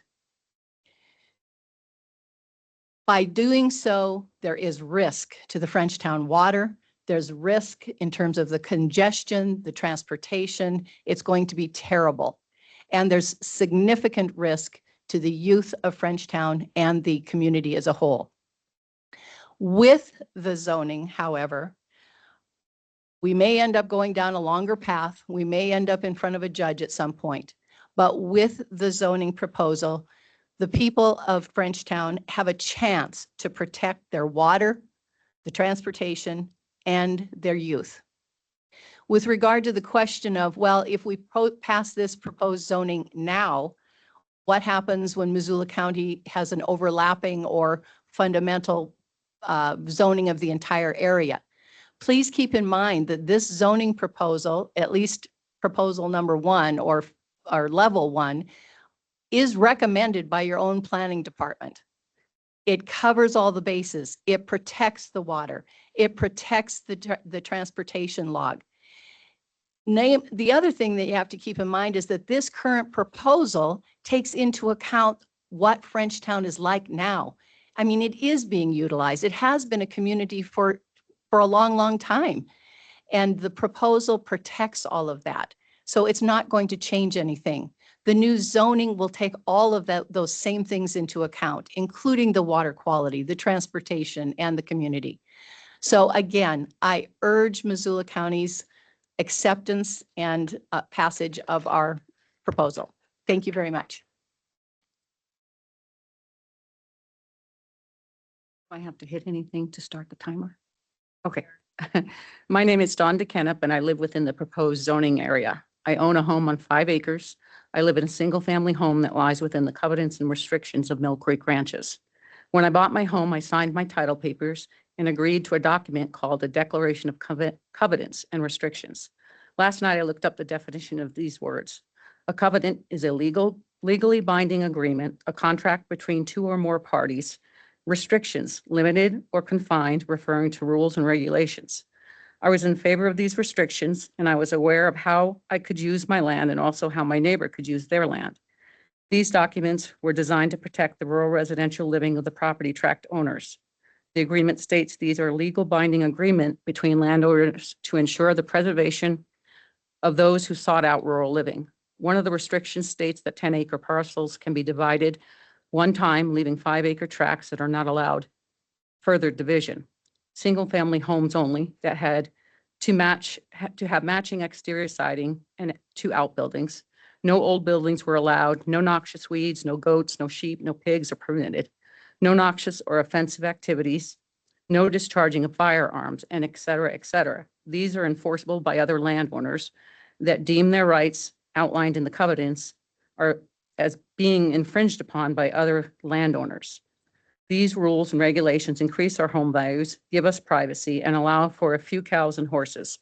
It's a desirable place to live and hard to replace. These restrictions don't expire and are not changeable without a vote of 80% of landowners. As you can see, these covenants are much more restrictive than zoning. Regarding zoning, I am in favor. Why? Because it adds an additional layer of protection that complements our existing CNRs. It also protects our natural resources and lifestyle from speculative investors and developers, which in turn will prevent undesired land development. Such land development would jeopardize our agricultural economy, our protected public water zone for the pond, our irrigation ditch, wells, and aesthetics and safety of our rural community. This has been my home for 14 years, and these were the terms I agreed to and abide by. I'm hoping my county commissioners will see how zoning will benefit the residents, the environment, and our rural lifestyle. Thanks.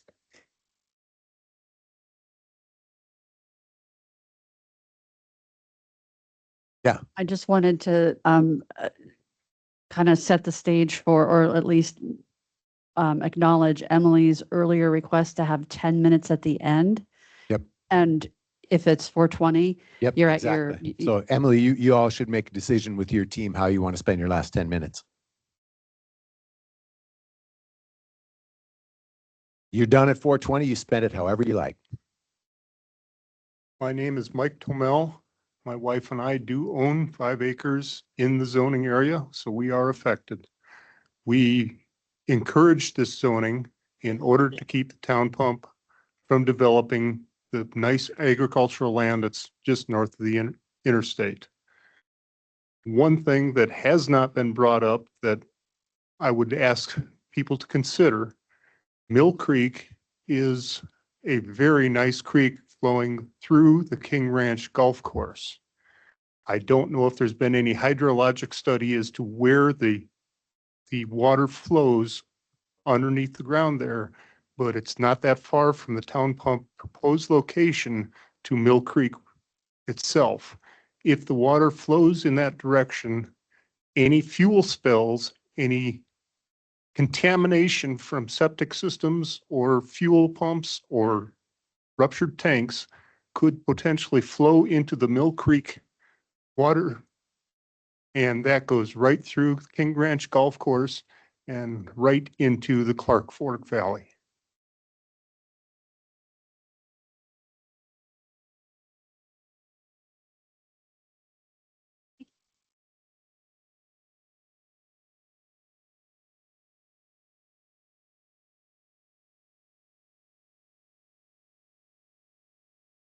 Kelly Durbin Williams, thanks for letting us be here. All I intended to speak to the commissioners, but I think I hear the whole process. And so in my heart, I want to speak to Frenchtown and I want to speak to Town Pump. To the Frenchtown community, keep going. Just keep going, keep trying. To Town Pump, beautiful, beautiful company founded in Montana by a Montana family in 1953. And over 73 years, they've kept it in the family and they believe in Montana values. As a small business owner of 25 years myself, as a company built here in Montana, if the community came to me in this form, I would 100% listen as a business owner, even if it was to the good of my business. I would listen to my community and I would be a good steward of my community, even as a business owner. So if you would please go back to the owners of Town Pump and speak to their heart, and if they would like to visit, I would appreciate it. Thank you.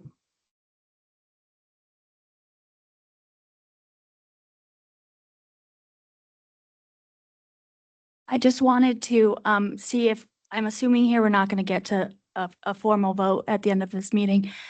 We'll see how long the opponents would like. Okay, if we are not going to get to a formal vote at the end of this meeting, I would request that we have the opportunity to submit some additional briefing on the questions of vested rights. I'll let them bring up their position, but I mean, we're in line with what the county attorney has counted both for the signatures and for potential vested rights definitions. So Great. Yeah, you got 6 minutes. Yeah, I guess this is just a question. If in fact we don't get to a vote, we'll be at the meeting on the 12th. Correct. And would we have additional public comment time at that point? Is it only if people want? Okay. So if, yeah, if there's folks who feel like haven't had their voice yet, absolutely. Okay, thank you.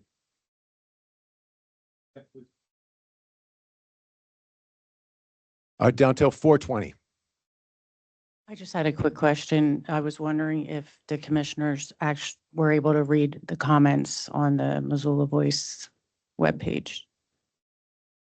Yes.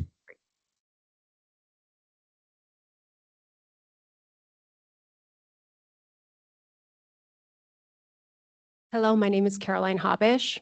I strongly in support of the zoning initiative as a Montana native, a Frenchtown resident, and a mother to children growing up in this community. I have 3 kids, one of whom is here today, and all of them have gone to or are currently attending a preschool that is included in the proposed zoning and is now within a stone's throw of a proposed trucking plaza. Truck stops and preschools were never meant to be neighbors for too many reasons to name, but with the current lack of zoning, this could now become a horrifying reality. This preschool has served hundreds of local kids and has been a staple in the community for decades, with many children attending now as their parents did before them. These kids, as well as their brothers and sisters in the local schools down the road, deserve continued safety, healthy drinking water, and they deserve to know that their safety interests are being put above the financial gain of an out-of-area corporation. As others have stated, with low water tables and exclusive dependence on wells, I asked the county what will happen if these waters are contaminated with leaked gasoline, as was recently the case with the Whitefish River. What is the recourse? There is no public water in Frenchtown. Missoula County's own water district has stated this proposed commercial development is not compatible with this area. Please let the citizens' voices be heard and help us protect our home and our kids. Thank you. Thank you.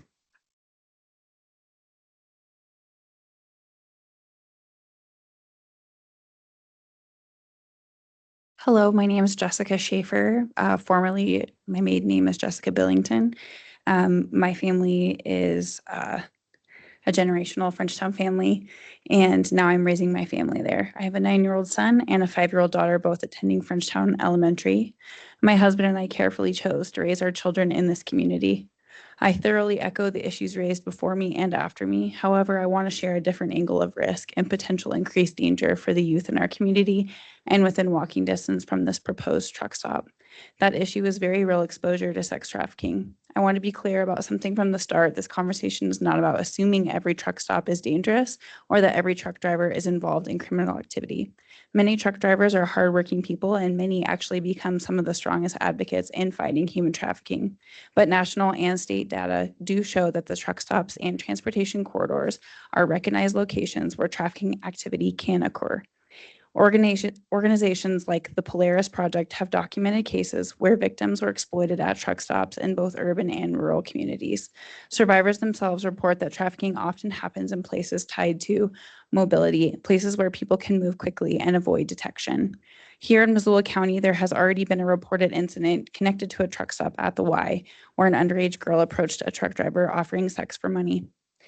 Thankfully, that truck driver immediately contacted law enforcement. That story matters because it shows that issue is not hypothetical and it is not limited to big cities.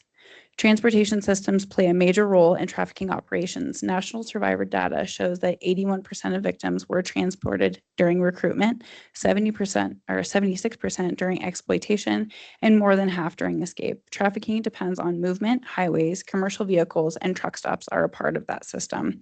That's also why programs like Truckers Against Trafficking and the U.S. Department of Transportation's Transportation Leaders Against Human Trafficking initiative exist. Truck drivers are trained to recognize warning signs because they are often the eyes and ears of our highways. Entire national programs would not exist if this program were not real, and Montana is not immune. According to the Montana Department of Justice, identified trafficking cases increased from 7 cases in 2015 to 143 cases in 2023, nearly a 2% increase. State agencies specifically train communities to watch for warning signs around locations like convenience stores, casinos, and truck stops. Again, this does not mean every truck stop becomes a hotspot for crime, but it does mean these environments are recognized risk points because of that combination of mobility and constant traffic flow. So when we discuss placing this kind of development near an element or a middle school, a high school, I believe it is reasonable to ask important questions. How do we reduce risk? How do we increase awareness? What safeguards will be in place to protect children and families? That question is not whether trafficking happens in Montana, it does. The question is whether we are willing to thoughtfully consider the risks, listen to the data, and make decisions that prioritize the safety of our community against our community's most vulnerable people. We don't need more fuel or snacks in the West Valley. We have what we need. The trucks can go to the Y, not right next to a school and on precious agricultural land. Thank you for your time. Thank you. 2 minutes if you want it. Do 2 minutes. Hello, my name is Kaylin DeRozier. I have 2 students in the Frenchtown School District and live out in the area. I don't have any prepared comments, but I just am struck by how seriously all these residents and community members are taking this. This is difficult for Montanans, especially homeowners, business owners, landowners, to ask for the government to intercede on their behalf and get more involved in their lives. And this is a time where the risk is too great to find ourselves on our own. So we have come together, we've worked together, like Sierra said, we're asking for help in any way we can get it to protect our entrepreneurial spirit. We're not against economic development. We are business owners. A lot of the people represented here today own their own business, are self-employed, have a business in their home, or are working in agriculture, and we need to protect the water and the soils for our entrepreneurial community members. And having a group come from outside of our community who doesn't understand our priorities and our values is just a really hard pill to swallow. So here we are kind of going against how we would usually operate with the government and asking for help. Thank you. Thanks. So I just want to say one thing about the government before we get to the opponents. And in all seriousness, Haley is on your community council. Dave is on your community council. The people you see here shop places you shop, kids play sports that your kids play. All you people here speaking today, you are part of local government today. Local government is us. I really want to try to shed this paradigm of the evil us and them. You could be in any one of these seats if you chose to. And you're here today. You're in it today. So thank you for coming. Now we'll do the opponents.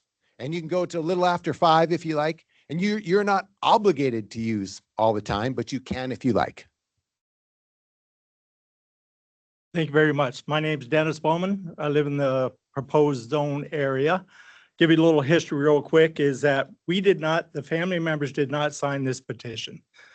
Couple of reasons is that at the initial start of it, when it was proposed to us, it was not the right information. We felt it wasn't given to us correctly. The other part is that some of the family's personal information was shared with some of the other neighbors.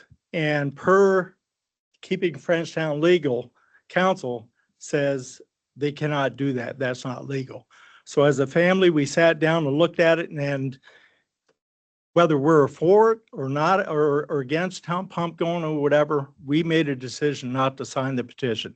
We had additional questions, which Jenny did an outstanding job answering everything, along with our help is Jamie from WGM, outstanding in that. We were raised is that if you're going to make some changes to the neighborhood or your property, whatever, you get 100% commitment from your neighbors, so it doesn't affect them.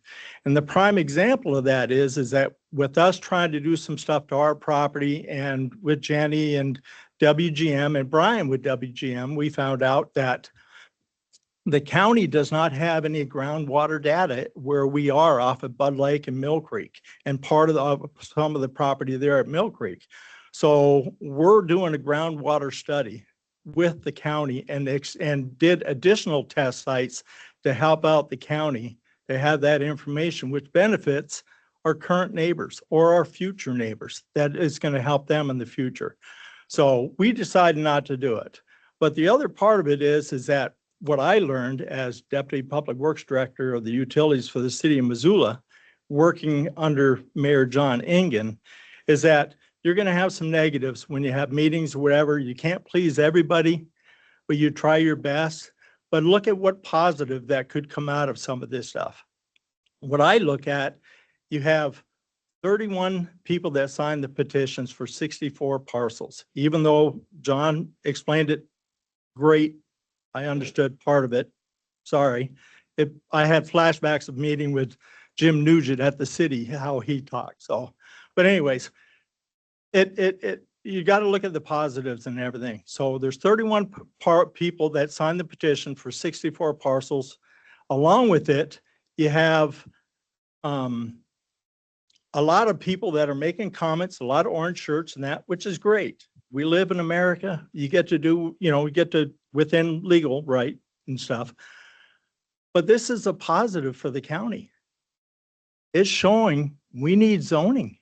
Not only for this area, you have people that signed in that's not affected by this zoning, but they live close to it or live out in Frenchtown that they want zoning. We have more building going to be going on out there. We know there's another subdivision going in at Mill Creek and Frontage Road. Let's get together, work with the county. The door's open for you. People want zoning.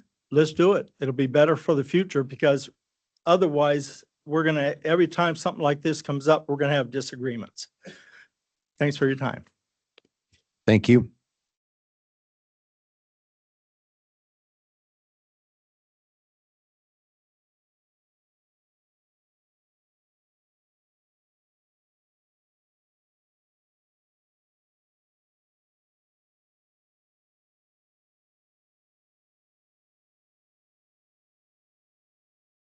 I'm not a very good public speaker. I apologize. My name is Shay Garrett. I live in Frenchtown. I've raised 4 kids in Frenchtown. I own 7 parcels right down there off of Belker Lane. I want to thank you guys for my opportunity to be here. I know these are tough decisions. And I appreciate you letting me share my thoughts and opinions. For the record, I've said in all the meetings, I'm not for this zoning the way that it's come about. And I'm not for a town pump either. I think all the things that both sides bring up as far as safety and water and traffic and all that is very valid. But I think also the way this zoning has come about is very valid.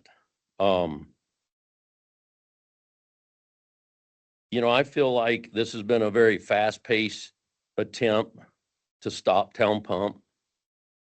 I believe in my heart that it's the vested rights is going to come out, and I don't know if it's going to stop town pump. And I believe that we get this stuff zoned the way it's presented, and then we get a town pump.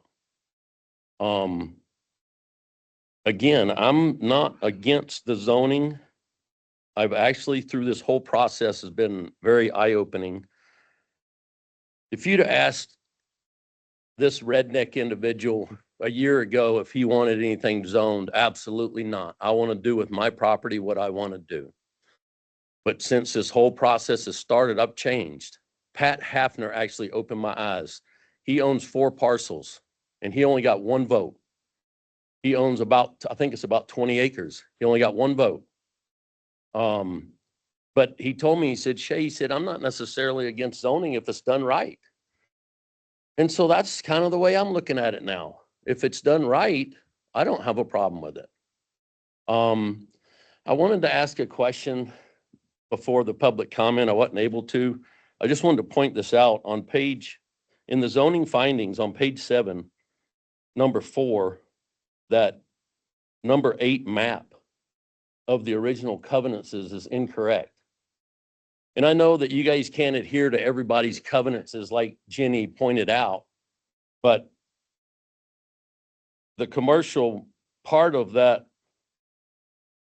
Mill Creek Ranches is incorrect. I don't know if you want to pull it up or look at it later, but I can tell you my duplex lots on the west side of Belker Lane is supposed to be commercial.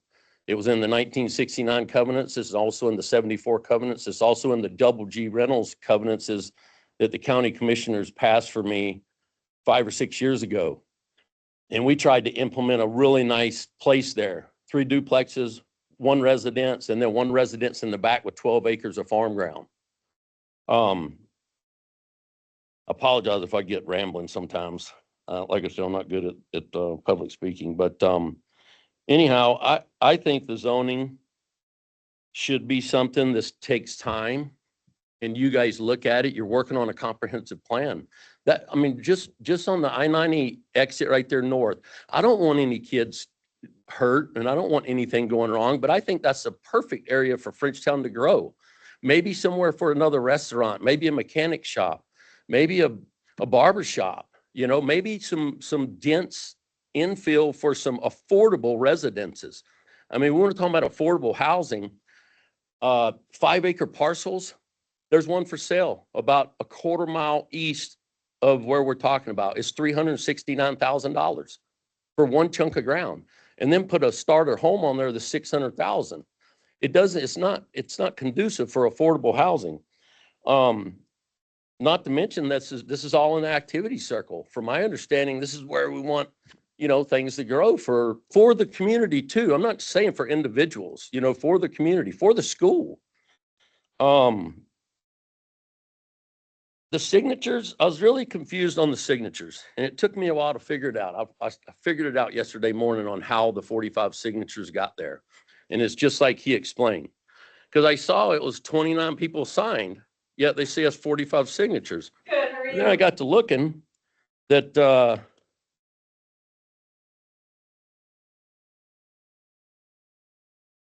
13 of the landowners get to sign twice because it might be a husband and a wife. I'm okay with that. 2 of the people, which I do want to comment on that, 2 of the people got to sign, 2 of the landowners got to sign 3 times. That's Axman Propane's land, because there's 3 people that own it. And then the Howe place, which I'm assuming that's what you're saying is a condominium. Condominiums aren't even allowed on individual septics and wells, or am I wrong? Is that not the condo place? Okay. Yeah, I think what you got in your hand is, it's got some numbers at the bottom of them, right? Those aren't my numbers. No, I'm not saying they were. I did a completely independent review, and what was the first one that you just said got? I'm assuming it's the propane, Axman Propane's landowner. Axman only got, in my tally, Axman got 1 vote. Well, I don't want to waste time because I'm sure other people want to talk, but I'd really like to know at some point how these numbers got together, because I mean, there's I'm totaling up 30 signatures, but then when I got to doing the math and I see that there's two, like a husband and wife, they get 2 votes. And then, but yet my double G properties, which is all in one name, which is 5 parcels. And yes, it's an LLC because we're trying to do the right thing as a business, but me and my brother own that. So I feel like there should be 2 properties. If my property is under Shay Garrett, maybe I don't have my wife Tanya or my 4 kids on it, but that's my spouse for life. She's vested in that property. I feel like she should get a say so, you know? I don't want to take up too much time, sorry.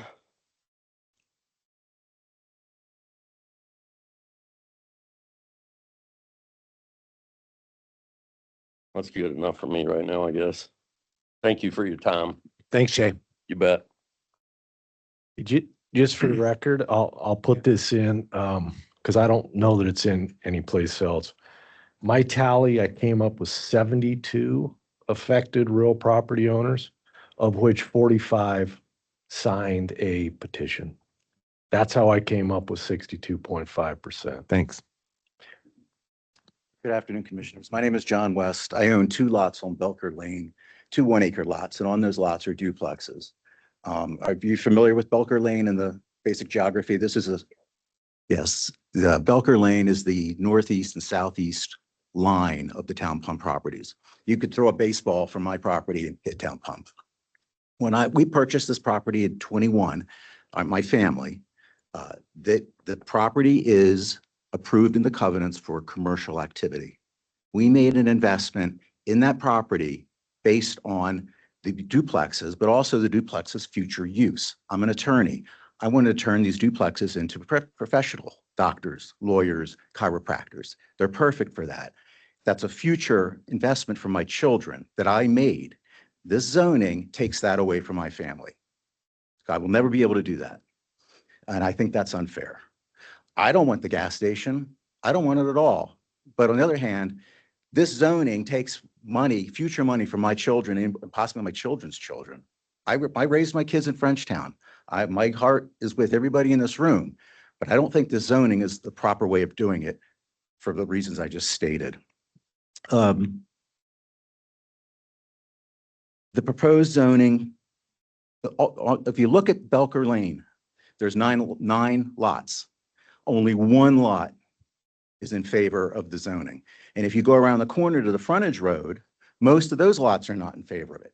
There's already commercial activity on Belker Lane. There's a dentist, there's a storage locker, there's ranching, and there's a construction company on Belker Lane. And if we go around on the frontage road, there's more.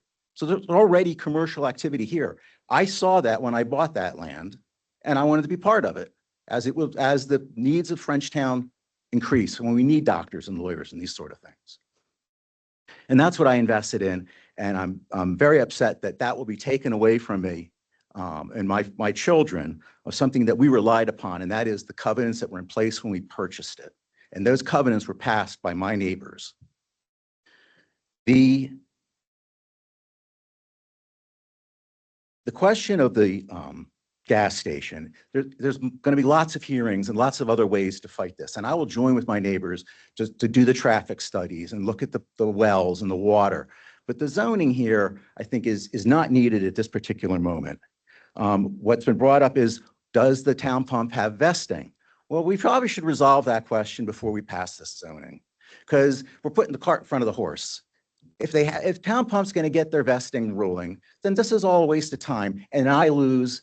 And not just me, but all the people on Belker Lane and all the people on the frontage road who do not have presently a business, we all lose the opportunity to have our commercial activity. And I'm not talking about smelly businesses. I'm talking about the kind of things that we need in our town. And that is what I've already described. So I would encourage the commissioners to wait on this. Let's see what happens with Town Pump. Now, I learned today through county council here that I got 1 vote. I own 2 lots in the name of a trust, and I get 1 vote. The county council is now interpreting that multiple names on a deed get multiple votes. That strikes me as very unfair. And let me point it out this way. If I had known that that was the rule, I would have quit claimed my property to 30 relatives and I'd have 30 votes or maybe 100 votes. Tenants in common. I'm going to go back to my property law days, and counsel, I haven't researched this. So in many ways, I'm going to defer to what he said, but in property law, you have a tenant in common. You could have 3 names on there. They all own one thing, that one piece of land. It's an undivided share. No one of the 3 people could do anything with that property without the other 2 signatures. They own one thing. So the number of names on a deed, I encourage commissioners to not look at that. Take the map and look at how many lots are in favor of this. And what you'll see is along Belker Lane and the frontage road, and as we move east from Belker Lane, there are not that many lots. The majority do not want this. And why is that?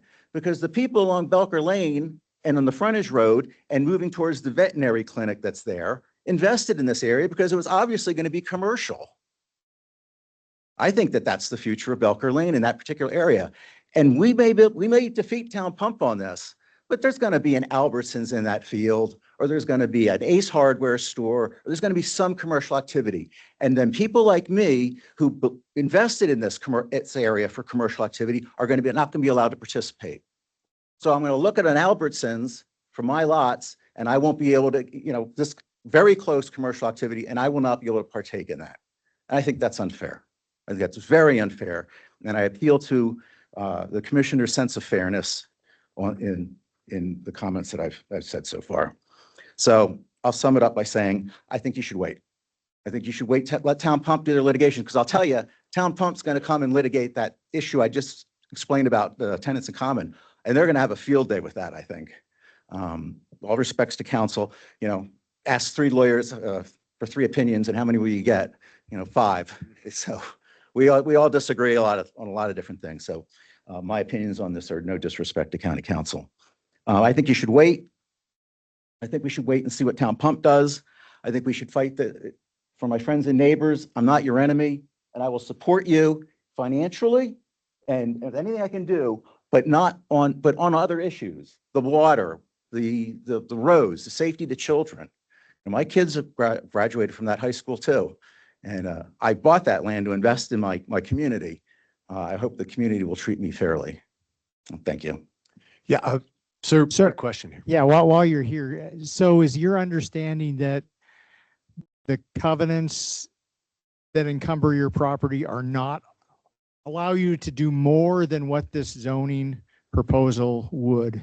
The covenants allow commercial activity on both sides of Belker Lane, I think up to 200 feet. My properties, my duplexes, which are going to be easily convertible to professional offices, will allow commercial activity.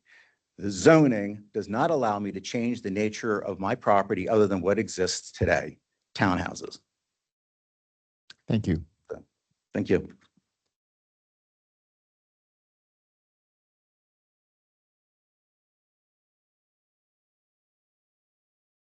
Good afternoon.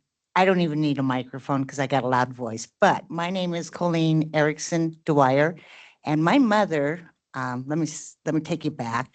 In 1972, my parents bought 20 acres of land up Mill Creek.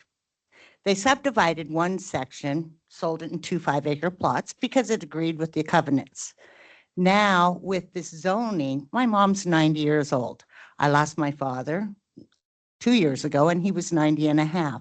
I've been living there. I grew up in Frenchtown, last class to graduate from Frenchtown High School, went on to play college basketball. And, I've had my son taught out there. All the grandkids worked at my dad's meat market, Diamond Bar Meats. He was one of the original owners with another guy. So anyway, we have really good roots here in the community and in Frenchtown. And I don't think my 90-year-old mother should be included in this zoning. She's followed all the covenants. She doesn't have chickens. She doesn't have ducks. And yet she can't see enough. So maybe I should put some on there, but no, I won't. But I'm so against it because it's taking away, it's a violation, I feel, of if zoning's so good, And I know we're all trying to, I don't want Town Pump. I see what kind of business Town Pump does and everything, but you know, I don't have a deep pocket.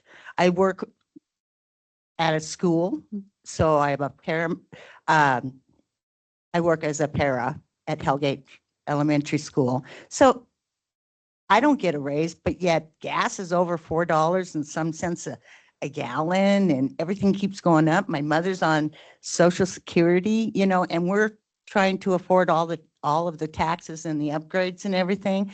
Yet you want to zone her at 90 years old. She could care less, I'm sure, because she can't see, but I'm always been there for, I live with her, so I do all the work on the property. And it bothers me that you want to do it on our side of the road, yet my neighbor's right across the street from me. You're not going to zone them. I don't want Town Pump, but I don't think that you should carry it all the way up into Mill Creek, because if you're going to zone us, we'll like to wait and be zoned with everybody else. You can stop it, you know, at the frontage road or whatever, but I don't know how long my mom has left to go. And it just kind of stresses. I had people come by and she'd said, no, I don't want to sign. Then other neighbors stop by, maybe she'll sign from you. I just felt like she was pressured because she was not, the very first time you came, I was not there. And they made her feel like she had to sign. You have to sign. You don't want Town Pump. Well, no, I don't want Town Pump, but they never disclosed that they wanted the zoning. So she was on the first initial part of signing the petition because she was told that it just has to do with, you don't want Town Pump coming in. So I just hope that you hold off in your zoning, because I'm with the guy in front of me, and let's just wait and see about Town Pump. Because why pull something in front of the cart before the horse, you know? It's like, hold off on your thing until we see what Town Pump's doing, because they have a much deeper pocket than I've ever thought of having. So thank you. Ma'am, could I ask you a question? Sorry, we're on a roll here. So No, I didn't write anything down either. that's okay. That's okay. You can ad lib. So did your mother actually sign the petition? She signed the very first one. And so does she want to? No, she does not want to be zoned. No, she doesn't want the Town Pump. She's this property right here where my cursor is. I didn't count. No. Why Okay, didn't so you she's count not her? counted. You didn't count me, right? Us, her. Yeah, because she had 3 people swing by, and one guy she's known forever because she was a surgery supervisor at Community Medical Center. And Dave is a very good friend and he's wanting the zoning, but you know, she just said, I'm not signing. Okay. But you can come on in and have a cup of coffee. I like to visit. So. Okay. that's- Thanks for the You bet. clarification. Bye.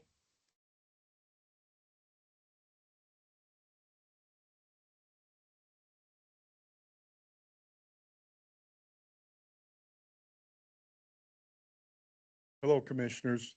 My name is Ed Alexander, and I have the biggest piece of land affected by this citizen zoning. And I am against the citizen zoning, but I am not against zoning.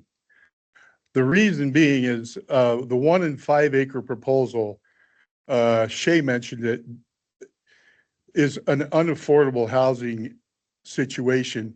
And I believe that the highest and best use of this property is smart zoning with different types of zoning combined.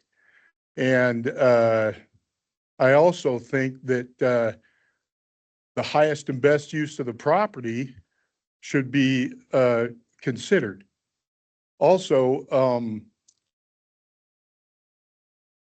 the way that the Missoula Comprehensive Plan is going to be rebooted, as far as like the first one came out in 1975, and our property was in the activity circle up to a 1/4 acre zoning or 1/4 acre per house, high density zoning.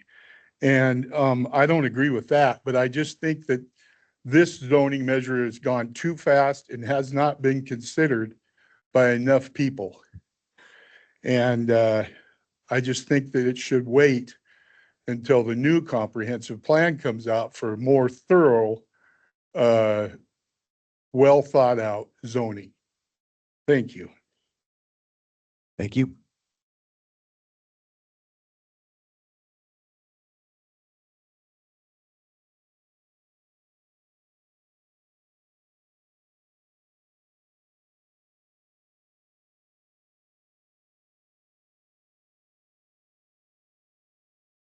Good afternoon, Commissioners. My name is Dan Manson.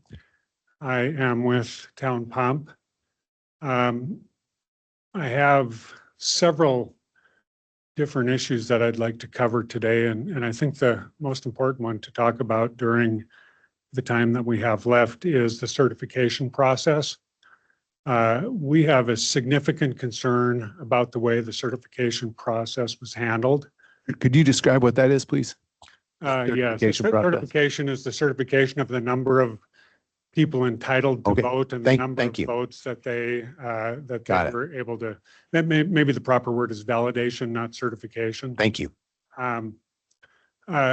So there was talk about the statute. The county attorney spoke of the governing statute and then talked about what I would call a guidance document that was generated by the department. It has a footer on it dated 2017, and it talks about how votes are supposed to be counted. One of the buzzwords that you hear is in the property ownership.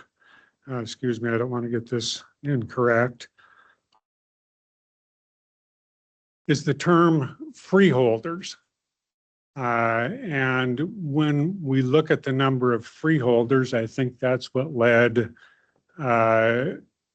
John to the conclusion that he would count husband and wife twice and that he would count an entity once.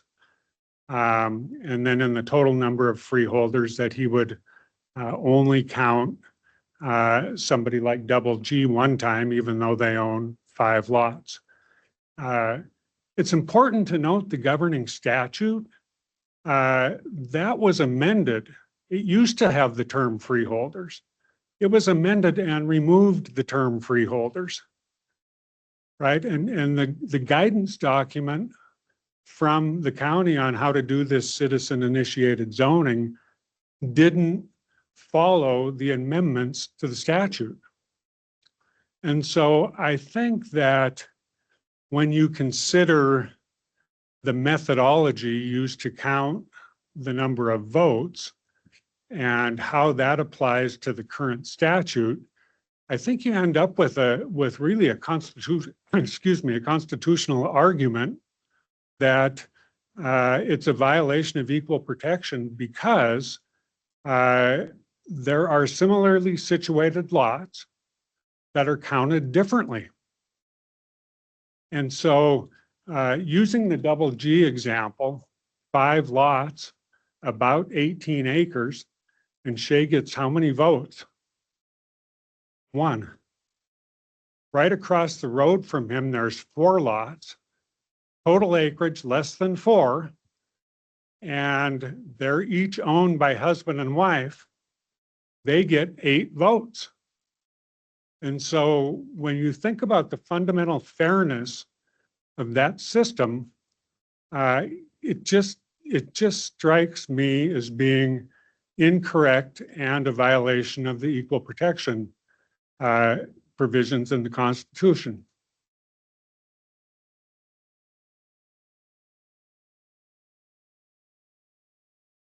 I understand the term freeholders, right? And if we were looking at freeholders, you would count 2 people.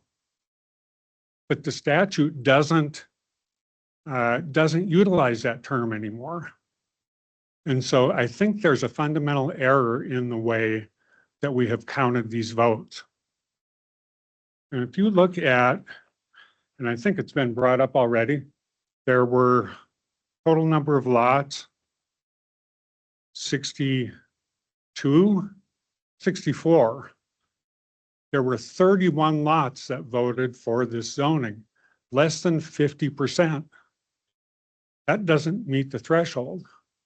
So the only way you meet the threshold is by using language that doesn't exist in the statute anymore, and by not giving credit to people that own multiple lots.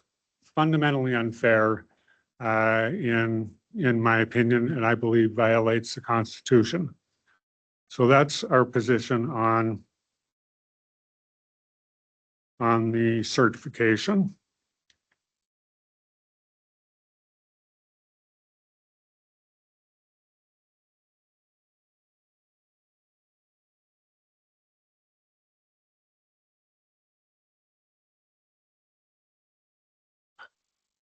The other main point that I want to talk about is the appropriateness of commercial zoning for a parcel like this.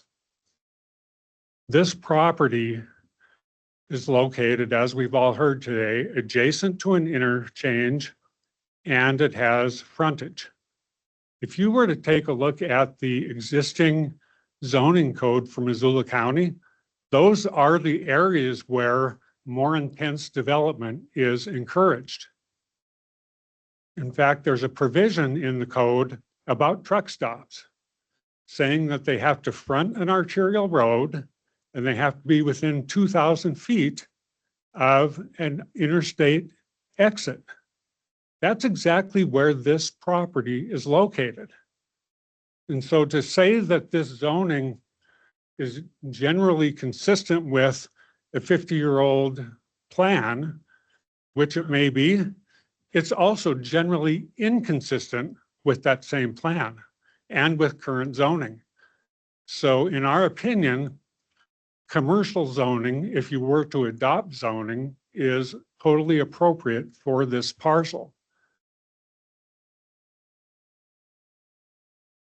There's a few statements in a document that was called Frequently Asked Questions.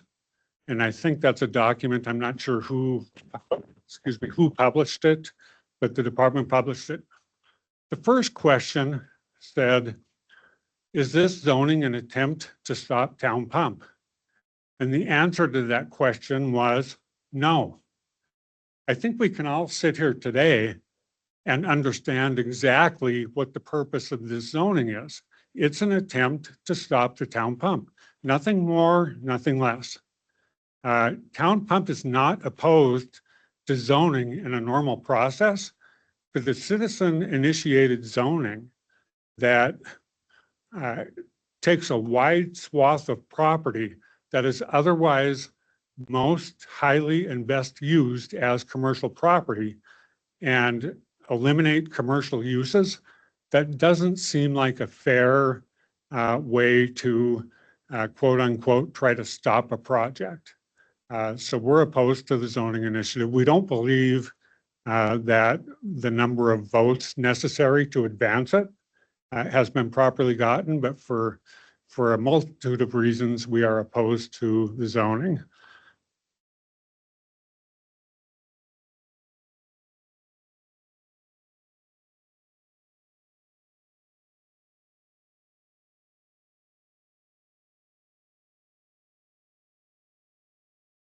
Yep. Sir, you got 5 minutes. Okay, I'm sorry. No worries. Take your time. You're Trying good. not Or to- you can go a little after because we went a little longer on the other. I had some things in a particular order, but people have already covered them, so I'm No jumping problem. around at the You're, end here. you're fine. It's very interesting, and one of the speakers talked about it, but when you look at this proposed zoning district, all of the properties, almost all of the properties that voted for the zoning have already been subdivided and developed. What the way the district lays out, those properties that are already developed are deciding how it is that unzoned, undeveloped properties are going to be developed. That has a significant effect on the value of the properties. The attorney gentleman spoke about that. We certainly bought the property with the expectation that there's no zoning there. Mr. Alexander talks about wanting to do something with his property. He's been on that property for years, and when he's ready to do something with it, he doesn't want to be constrained. If you take a look at from Belker all the way around the corner to the end of this district, nobody voted for the zoning. Those are all the properties that are primed for development, and they're being controlled by properties that are already developed. It's instructive to take a look at the west side of the boundary. I'm looking at the map. I think it's a trailer park. It's a commercial operation that would not be allowed with this zoning. The Axman business on the corner who votes for the zoning certainly would not be allowed if it didn't already exist. It's coming into this zoning as a pre-existing non-conforming use, could never be changed into anything else similar, could never be developed from the ground up today. A lot of the commercial activity that's right across Belker would not be allowed to be developed on the Town Pump or the Alexander or the Double G parcels if this zoning were to pass. So there's some real fundamental unfairness in the way this boundary is drawn and in the differences between the character of the residential property that's developed and the property that's down along the frontage road adjacent to the interchange. We don't know how the normal zoning process would work out, but you could bet the district boundary wouldn't look anything like the boundary that's proposed. It just wouldn't, right? It would be more of a residential and more of a commercial mixed use. So this initiative is nothing more than an attempt to stop a project.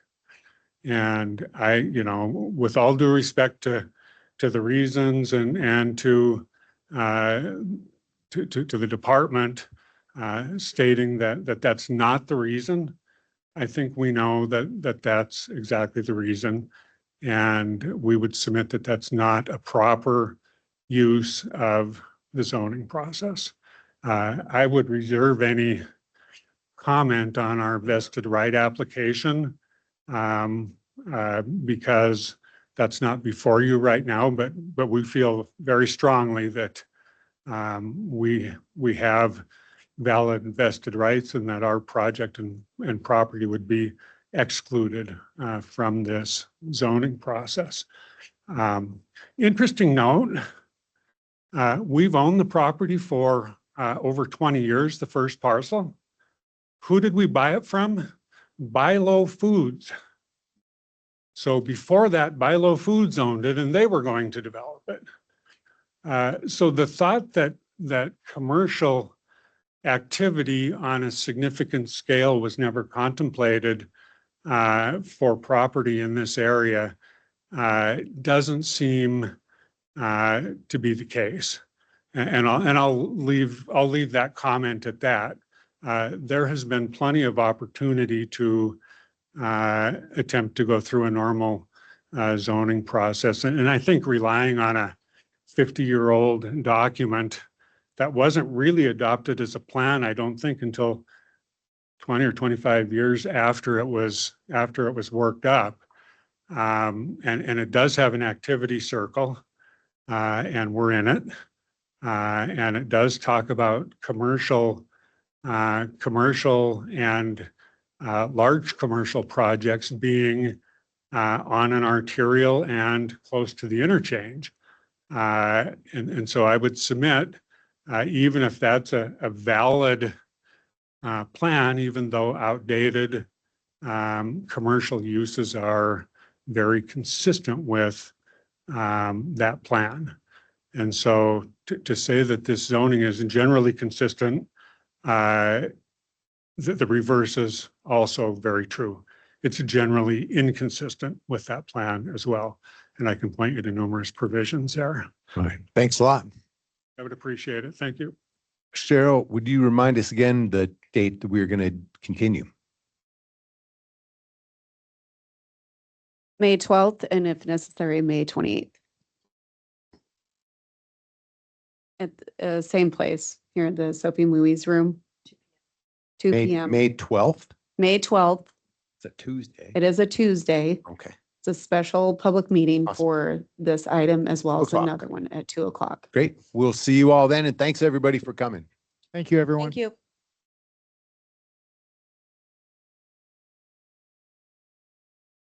Speaker, but I wasn't. Oh, we'll carry on. There will be time for. 100%. Okay. We'll I'm go sorry. until everybody's Yep. felt like they've had their say. Okay, thank you.